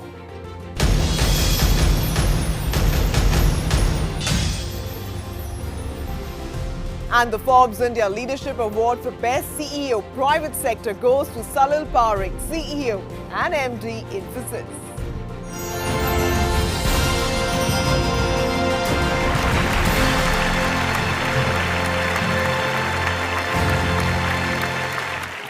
Thank you to Forbes India for considering me for this prestigious honor. It is a pleasure for me to accept this on behalf of the entire team at Infosys. Technology is transforming the world, and Infosys is at the forefront of this digital revolution. Our work for clients in digital, in cloud, in data, and in human experience stands out in their own transformation journeys. The last 12 months have been an incredible learning for all of us, working more closely together and ensuring our clients' work was delivered and our employees were safe and well. With the entire leadership of Infosys working together, we are building a One Infosys approach. This is helping us to serve our clients better and helping us to grow as a company as well. Best CEO private sector, we were looking for a head of a private sector organization who'd shown strategic foresight, shown leadership, delivered superior performance over the last 3 years, whilst managing key stakeholders, whilst transforming the organization and preparing it for the next stage of growth. Honestly, we couldn't think of somebody better than Salil Parekh of Infosys in that context. If you just look back at the circumstances in which he took charge, the background in which he took charge, look at the stage of the IT services industry in our country, all sorts of questions at that juncture about whether Indian IT services can thrive in the world of cloud computing. Further, if you look at the circumstances which sort of took place immediately after his joining, very challenging circumstances. In spite of that, he's brought Infosys forward. Their order book, their order flows have improved substantially over the last couple of years. Margins have held up nicely. Staff attrition seems to have gone down, and the luster of Infosys is back. This was, after all, one of India's premier brands, especially in the global context, and the luster is back. And for all of that, we believe that Salil Parekh deserves a lot of credit. Congratulations, Mr. Parekh. Our next category is one of the 3 new awards introduced this year, the COVID-19 Innovator.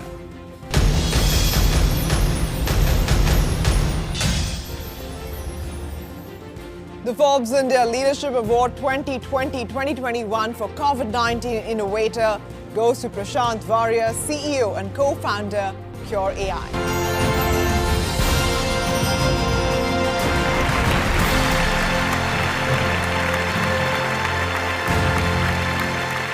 Thank you so much, Forbes India, for giving me this award. This means a lot to me, especially because all of us have been locked down at home for the last 1 year, and everybody, across the world, everybody has been impacted by COVID. And being able to contribute to our society and our country and so many other countries during COVID means a lot. And receiving this COVID Innovator Award means a lot to me. I would like to thank Forbes India, first of all, and the jury for considering me for this award. Would like to thank the team at Cure. Our team, responded so well to COVID. We built solutions which were deployed across 50 plus sites, across 6 plus countries. And we work with so many different organizations around the world on COVID. And I'm thankful for the team to actually putting in that time. We spent 14, 15 hours, 16 hours every day working for the first couple of months of COVID, March, April, May, and so on. And we built out solutions which are now deployed in so many places. And so thanks to the Cure team.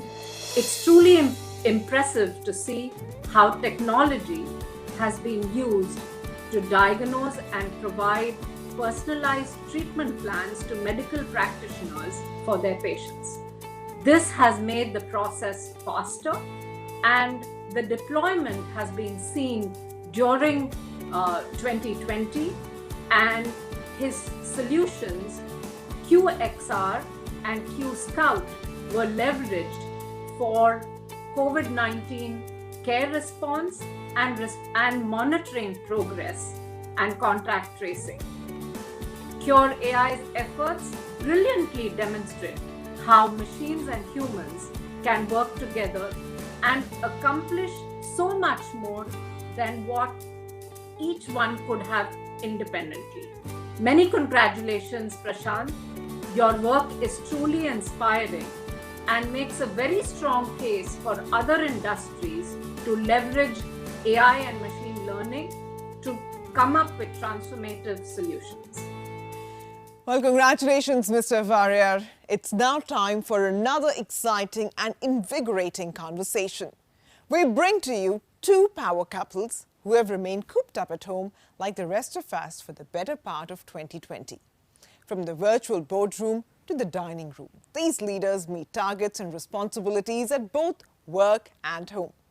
So today, we bring them to the show to discuss how gender dynamics have evolved at work and at home, and if work from home has changed the work at home dynamic. The Gender Mender Power Couples Busting Myths on Gender Roles discussion will be moderated by Rahul Agarwal, CEO and MD Lenovo India. And joining us on the panel are Agnello Dias, Creative Chairman Dentsu Aegis Network and co-founder Taproot Dentsu, and Nandini Dias, CEO India at Lodestar UM, and Rajesh Sehgal, Managing Partner, Equanimity Investments, and Shilpa Sehgal, Partner, Equanimity Investments.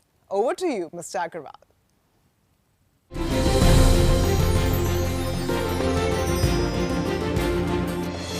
Thank you. So as you all know, the subject today is gender mender power couples busting the myths. And I have today two very interesting power couples with me. Agnello Dias, who's the creative chairman, Dentsu Aegis, and Nandini Dias, she's the CEO of Lodestar UM. And then I have Rajesh Sehgal, who's the managing partner, Equanimity, and Shilpa Sehgal, who's partner in the same firm, Equanimity. So a very warm welcome to all of you. All right, so let's get warmed up. Any interview that you give with your spouse is always a little tricky, and I'm glad that I am not with my spouse, but I'm going to have fun today. So let me ask all of you, and all of you can take your turns answering it. Now, the last 1 year, of course, has been very interesting. We've discovered a lot of things. We've realized a lot of things that we perhaps consciously did not acknowledge. Now, my question to you is, what have you learned about each other in the last 1 year? Good or bad? Maybe Agnello, why don't you go ahead first? I have never worked with Nandini in the same room before. I see her working now, so I have learned that her job requires a lot of talking, much more than my job, because in the creative field we are used to at least some moments of silence, if not long moments, but her job involves almost Olympian stamina for talking to people all the time. So it was a surprise. I never knew that they have to talk so much to so many people in a single day. So that was an interesting learning for me. The other thing I learned was that we're used to, in our side of the business, we're used to getting some kind of creative breakthrough every now and then, but in their side of the business, there is no immediate big breakthrough. Everything is a slow burn kind of work in progress, and eventually they realize it's their final point. So that was interesting, because I've not lived my life that way for the last 30 years being in creative. It's always trying to attack a problem, whereas they seem to work on a problem and slowly whittle it down. All right, Nandini. Yeah, totally different from what just Agnello said. Creative people are seen as gods, and they step into a room or they step into a conversation and everybody is just enthralled and just keep quiet and listen to them as if, the conversation comes straight from above. So the kind of, the treatment, the kind of atmosphere that you see when, the creative people are in the room or Agnello's in the room is totally different from the hard-working efficacy. Every conversation of ours is, return on investment and efficacy and efficiency, and their conversations are so much more fun with a lot more, reverence from everybody else. So it's, I think it's apples and oranges. And so while I've been in the ad agency and have seen different, creative people, but it was fun to see, how people look, talk, behave when Agnello's around. I'll have a very interesting question for both of you coming soon. But Shilpa, why don't you go next? Yeah, so I have worked also with Rajesh. So there's not anything new that came out during the pandemic as far as work life is concerned. But seeing him at home for such extended hours over months, I definitely learned a little bit more about him, is that he can take care of the house, which I was never confident he could. He can cook if required, he can do everything. And that just gives me a lot of assurance that I can fall back on him or lean on him when required. So. All right. Rajesh? I was scared when she started answering, No, I think I'll echo what she said. So we've had the opportunity of working together since 2017 when we started Equanimity together. So we've seen a bit of professional life together over the last 3 years, and also household life now over the last 1 year. And I think the good news, like she said, is there was no news. But I think what I appreciate now, after this 1 year of being together at home as well as at work all the time, is some of her leadership qualities. I think have rubbed off on me. I've got to see her in a very different light. When you spend 24/7 in the same house with somebody, there are things you knew about the person, but you never really it never really sank in. It never really became your definition of the person. So I think I saw her in that light of leadership, and I think I've learned a thing or two. Okay, wonderful. Now let me ask my next question to Shilpa. In the last 1 year, of course, we all were at home. The amount of work at home went up, and many of us didn't have the typical Indian maid service. So in your household, was there a redistribution of household work of any kind between you and Rajesh? And you got to be honest. Yes, yes, absolutely.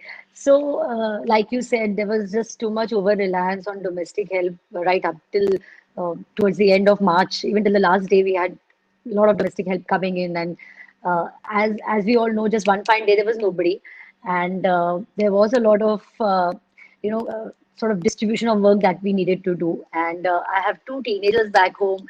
They are young adults. They also decided to pitch in. Of course, they were hesitant initially, but we ensured that they do their bit of their individual tasks, and the common areas also we all divided. What we would do is that we would allocate, say, an hour or so in the evening where all of us would come together and do the common tasks. That would ensure that I could have an oversight, everything is getting done, and also that gave us the opportunity to bond as a family. So I think it was very interesting. I quite enjoyed that phase because I don't think anything else could have forced us into this sort of an experience. Okay, very goody safe answer. If you were to ask my wife, she would say the guy never did anything. But we'll take your word for it right now. Now, Nandini, if you heard my question, what's your answer? I'm hoping there'll be a little more spice in your answer. So I wish there was more spice, but you know what?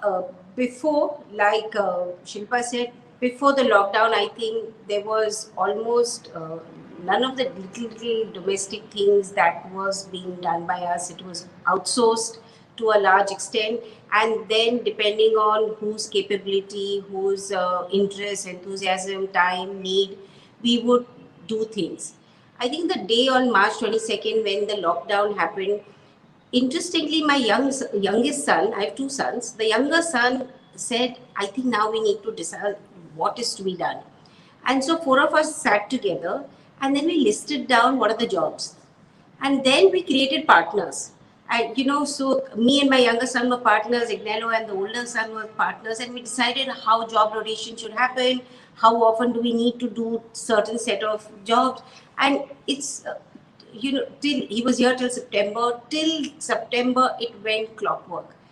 To a certain extent, that because one of the partner disappeared, then we started again re-looking at what needs to get done. But the kids are also not kids, So there's a 27 and a 22-year-old, so they're not like really young. So they participated. So in the house, I think and incidentally, my staff is not back. So except for the drivers, the staff is not back. So it continues. Okay. My next question again, back to you, Shilpa. Do you think maybe not just for you and Rajesh, you look like the model couple, but for people in general, let's say in our society, do you think it's easier to get gender equality at home versus office? So I think for us it is easy. I think I can only speak for us and many more couples like us in the metros.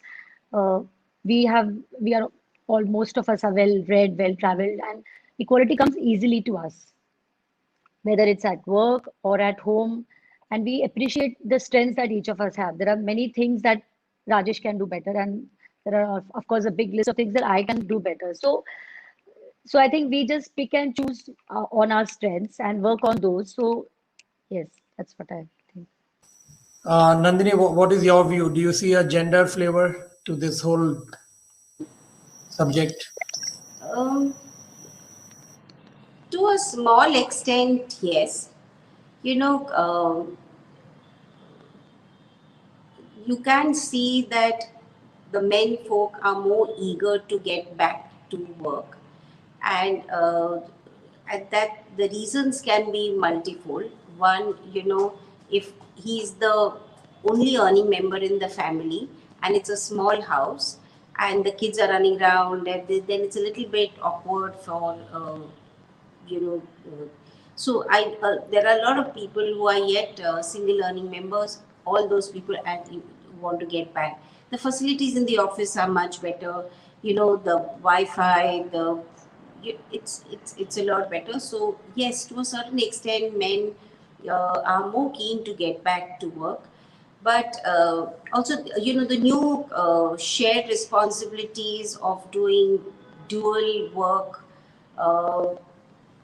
While they may have stepped up to it just now, it's not necessarily that what they are used to or they're enjoying. So it's possible that they want to get back, but I don't think finally uh, it is a matter of gender. It's a matter of how you run the business better, and we will take decisions which will be a balance of saying what's the right way to ensure that the business runs efficiently, and then how will the people be happy.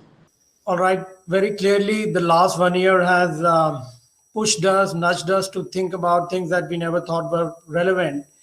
And as we can see, that we all have opinions, all have points of views, which I'm sure are constantly evolving. So it was fun talking to all of you. It was a very different session for me. Usually, I'm on the other side, and I can tell you that asking questions is not that easy.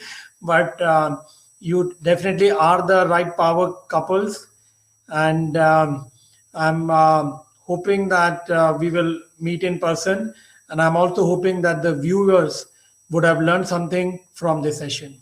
Thank you. Well, that was an interesting conversation. So thank you so much, panelists and Mr. Agarwal. And now, in continuation with the work from home theme, we're joined by a celebrity power couple, and this one packs a punch. Please welcome former Indian cricketer Suresh Raina and Mate co-founder Priyanka Raina. So the Rainas together are also the co-founders of the Gracia Raina Foundation. So over to you once again, Mr. Agarwal.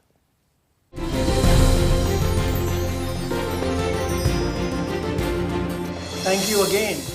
And for this very special session, we have a very special couple with us, a name that I'm sure you're all more than familiar with, Suresh Raina and Priyanka Raina. Welcome both of you to this Forbes session. All right. So let me first ask both of you. Last 1 year has been very interesting for most of us, and as couples, most people have spent far more time than they had planned to spend. Let me ask you, what is it that you have discovered about each other in the last 1 year that you didn't know? Good one. I think a lot of hidden talents, especially cooking is something Suresh has been experimenting a lot. He always loved cooking, but I think we got to eat a lot of nice recipes from him during this time, because that is how I spent a lot of time, in kitchen experimenting on different recipes. So that is one, and I don't know about me. No, we spend a lot of time with our kids, and generally, as you know, I play a lot of matches. Recently, I got retired, so I got to spend a lot of time with my family, kids. And this pandemic, we didn't have any help. So I think we really get along really well with our house thing, with a lot of challenges coming from our kids. Then our second baby, our son Rio, he born on 23rd March, the day we had a lockdown. So I think overall it was pretty good as far as family is concerned. But overall, if you see, I think we became very smart how to conduct in our normal life, how to be very sensible towards your goal, how to be very humble towards your approach. I think it was a good lesson for all of us to strive forward. So I think it was very good. All right. Wonderful. Priyanka, this is a question I'm sure you get asked a lot. How much of the conversation in the house is about cricket? And when does it become too much for you? I was being told at the beginning, don't ask any technical questions. So I really don't talk anything technical about cricket. She doesn't know only. Now I know a lot, but it's sometimes that, I make a fool out of myself, so I just avoid it. But yeah, now we do watch matches, and especially his old matches a lot, because kids love to watch it. And Gracia especially, she cheers a lot when she sees Suresh on TV. So that way, we keep it alive at home. And yeah, I keep asking every now and then some stupid questions, but we try avoiding those. Now, Suresh, let me ask you something that you're very passionate about. Would you like to talk about your ventures, Mathe and Gracia Raina Foundation? I think it's a great forum for people to know what is going on these platforms, and how are you really driving it? I think it's all a wife execution, how she was wanted to give it back to our society, especially when it comes to Graciana Foundation. I think she has done really good work for last couple of years now, and how to be good around your society. How can you give it back to your society when you've seen a lot of things around the world? I think it's very good to help a bit around your society. Then you can really make a lot of difference when you call the celebrity couple or whatever everyone call us. I think it's very good to do your bit. Then you can really be humble around your family, around your friends. That's what I have learned in sports. It's a team game. When you get success, you get a lot of applause. At the same time, when you fail, you also tend to learn a lot of things. And as far as Mate is concerned, I think it's all very good baby product. I think our team have been amazing around this. It's been 2 years now, so I think everything is looking very good at the moment. I think we're getting lot of orders and everything. I think it's organic, made in India brand. So I think it's pretty confident around our how we have grown up in Uttar Pradesh, place called Muradnagar. Then we come up with something like that. I think it's a very good thing to give it to our kids and other children also. All right. So, Priyanka, as Suresh just shared that the lockdown in India, the most intense lockdown in the world, happened in India on 22nd March, and your son Rio was born on 23rd, and nobody had seen that kind of an environment in their lifetime. People are saying that this kind of emergency never happened after World War II. So tell us about your experience. What were the emotions you went through? And also practically, what did that mean? What were the challenges that you faced having such a young child? And of course, you have a daughter who's 4 years old. So you had two young children. And how did both of you rally around each other to make it comfortable?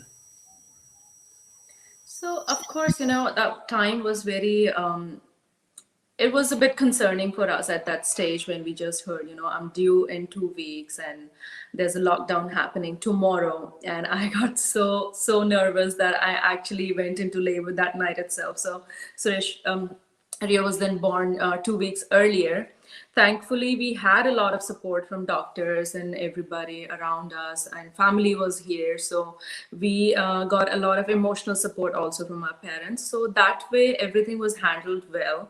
And the doctors assured us, because we were very scared even to go to the hospital when there was so much going on.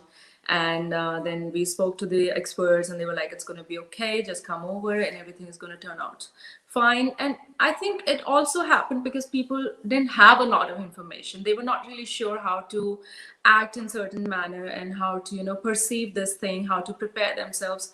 And with time, I think it went on fine, as in when all the experts shared more information. This is how you can take care of things. This is how you can prevent, and these are the things to avoid. So we all worked as a team at national level, I feel.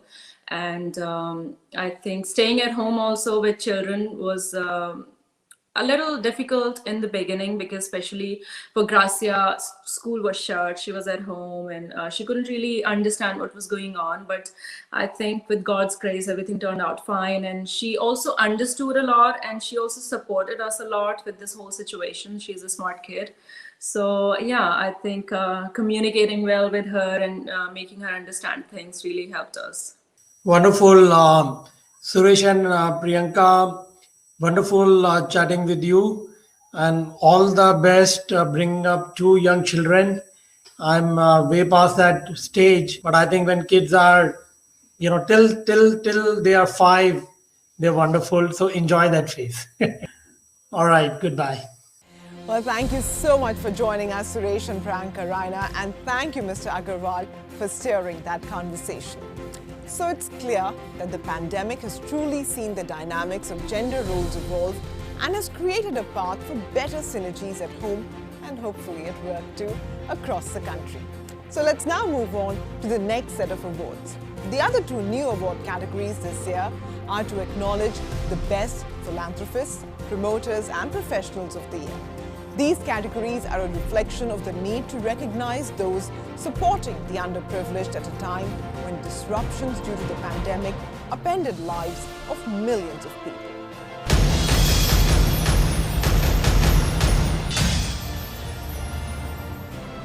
The award for the category of Best Philanthropist Professional goes to Amit and Archana Chandra, co-founders, ATE Chandra Foundation.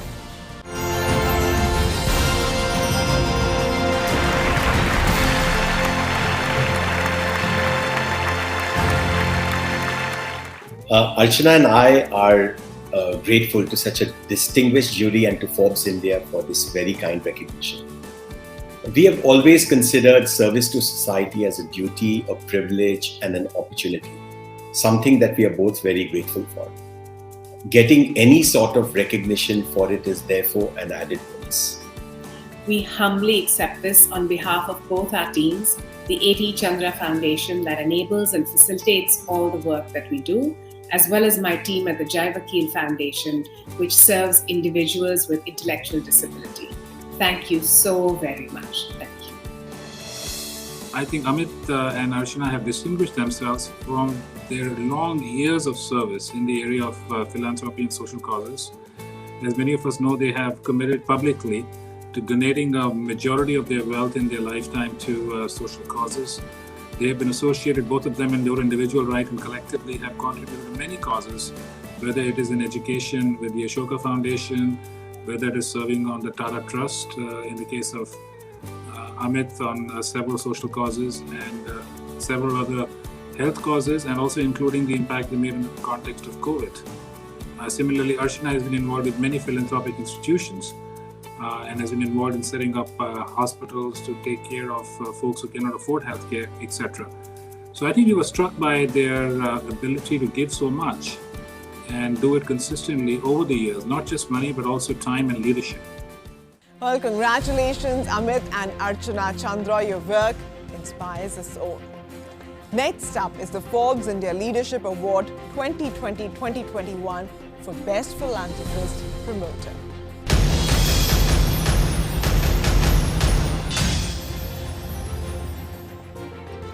And the award for the Best Philanthropist Promoter goes to Azim Premji, Founder, Chairman and Non-Executive Director at Wipro.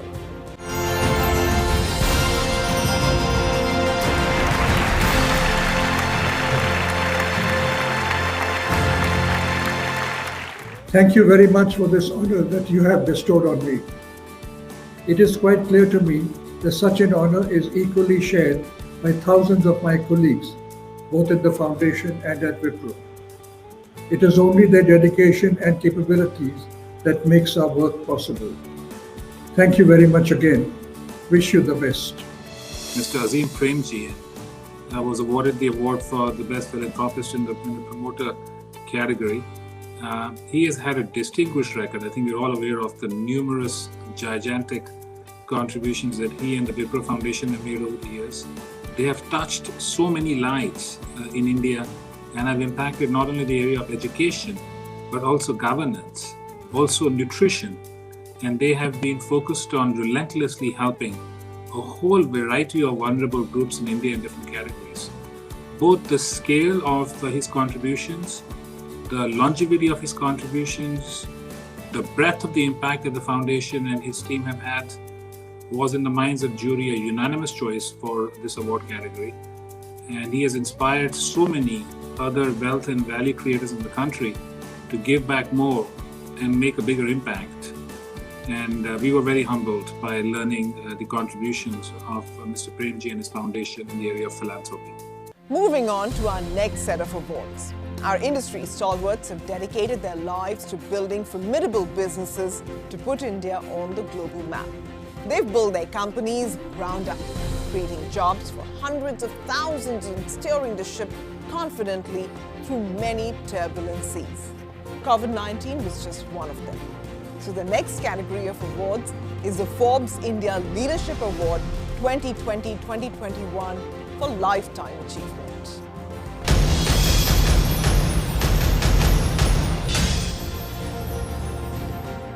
And the Forbes India Leadership Award 2020-2021 for Lifetime Achievement goes to Cyrus S. Poonawalla, Chairman and MD, Serum Institute of India, and Chairman, Poonawalla Group.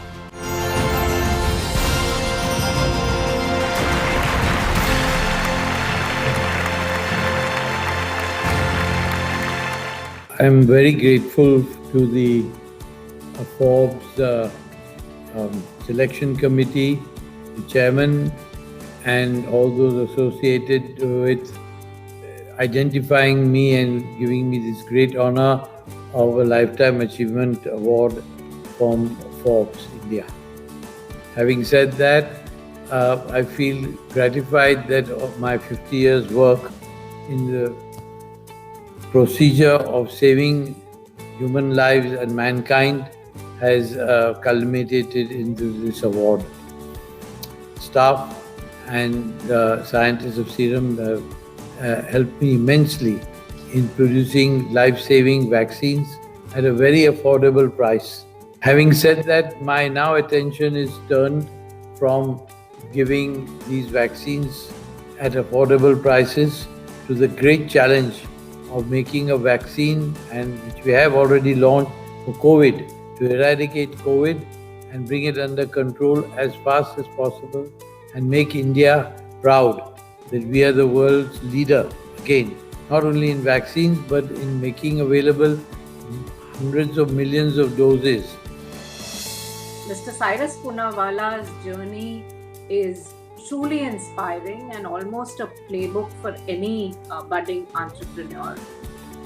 His achievements are so many and span several decades. What is amazing is how he came up with the idea of getting into the vaccine business.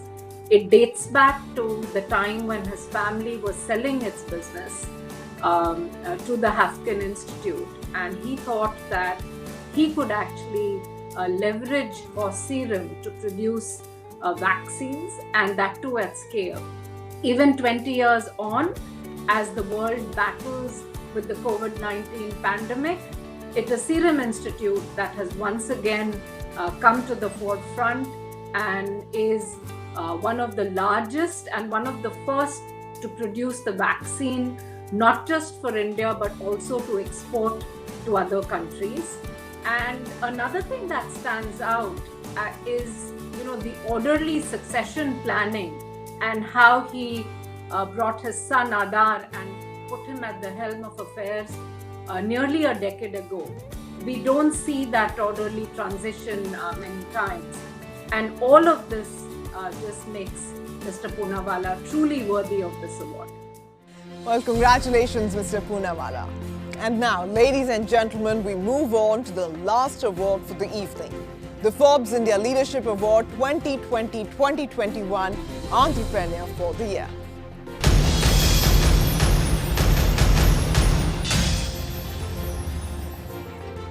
And the Forbes India Leadership Award 2020-2021 Entrepreneur for the Year goes to Baiju Ravindran, founder and CEO Byju's.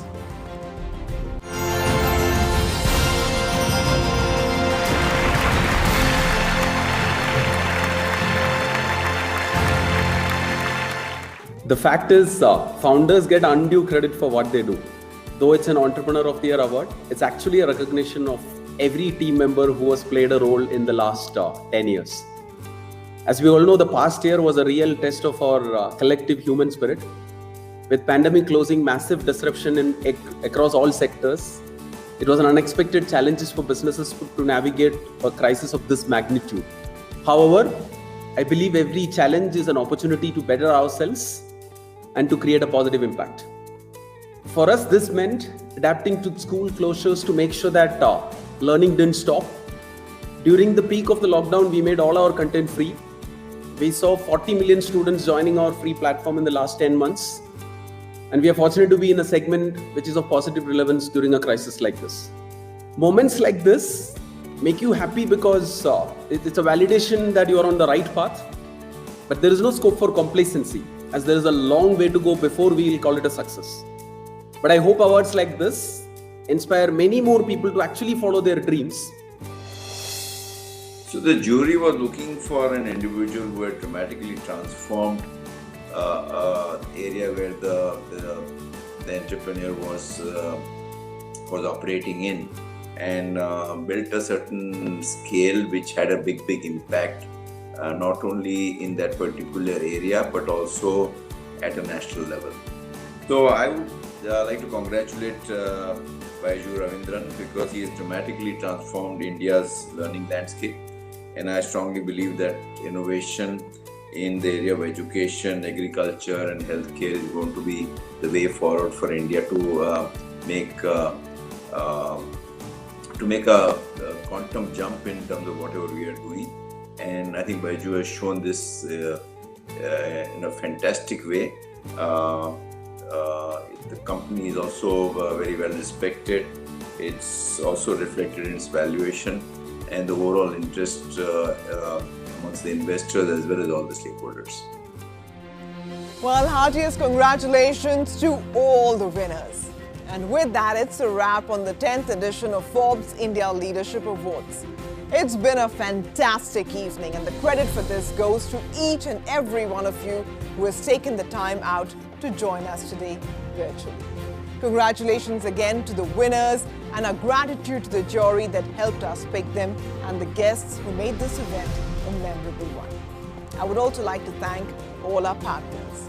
Until next time, goodbye and have a wonderful evening ahead. Stay safe.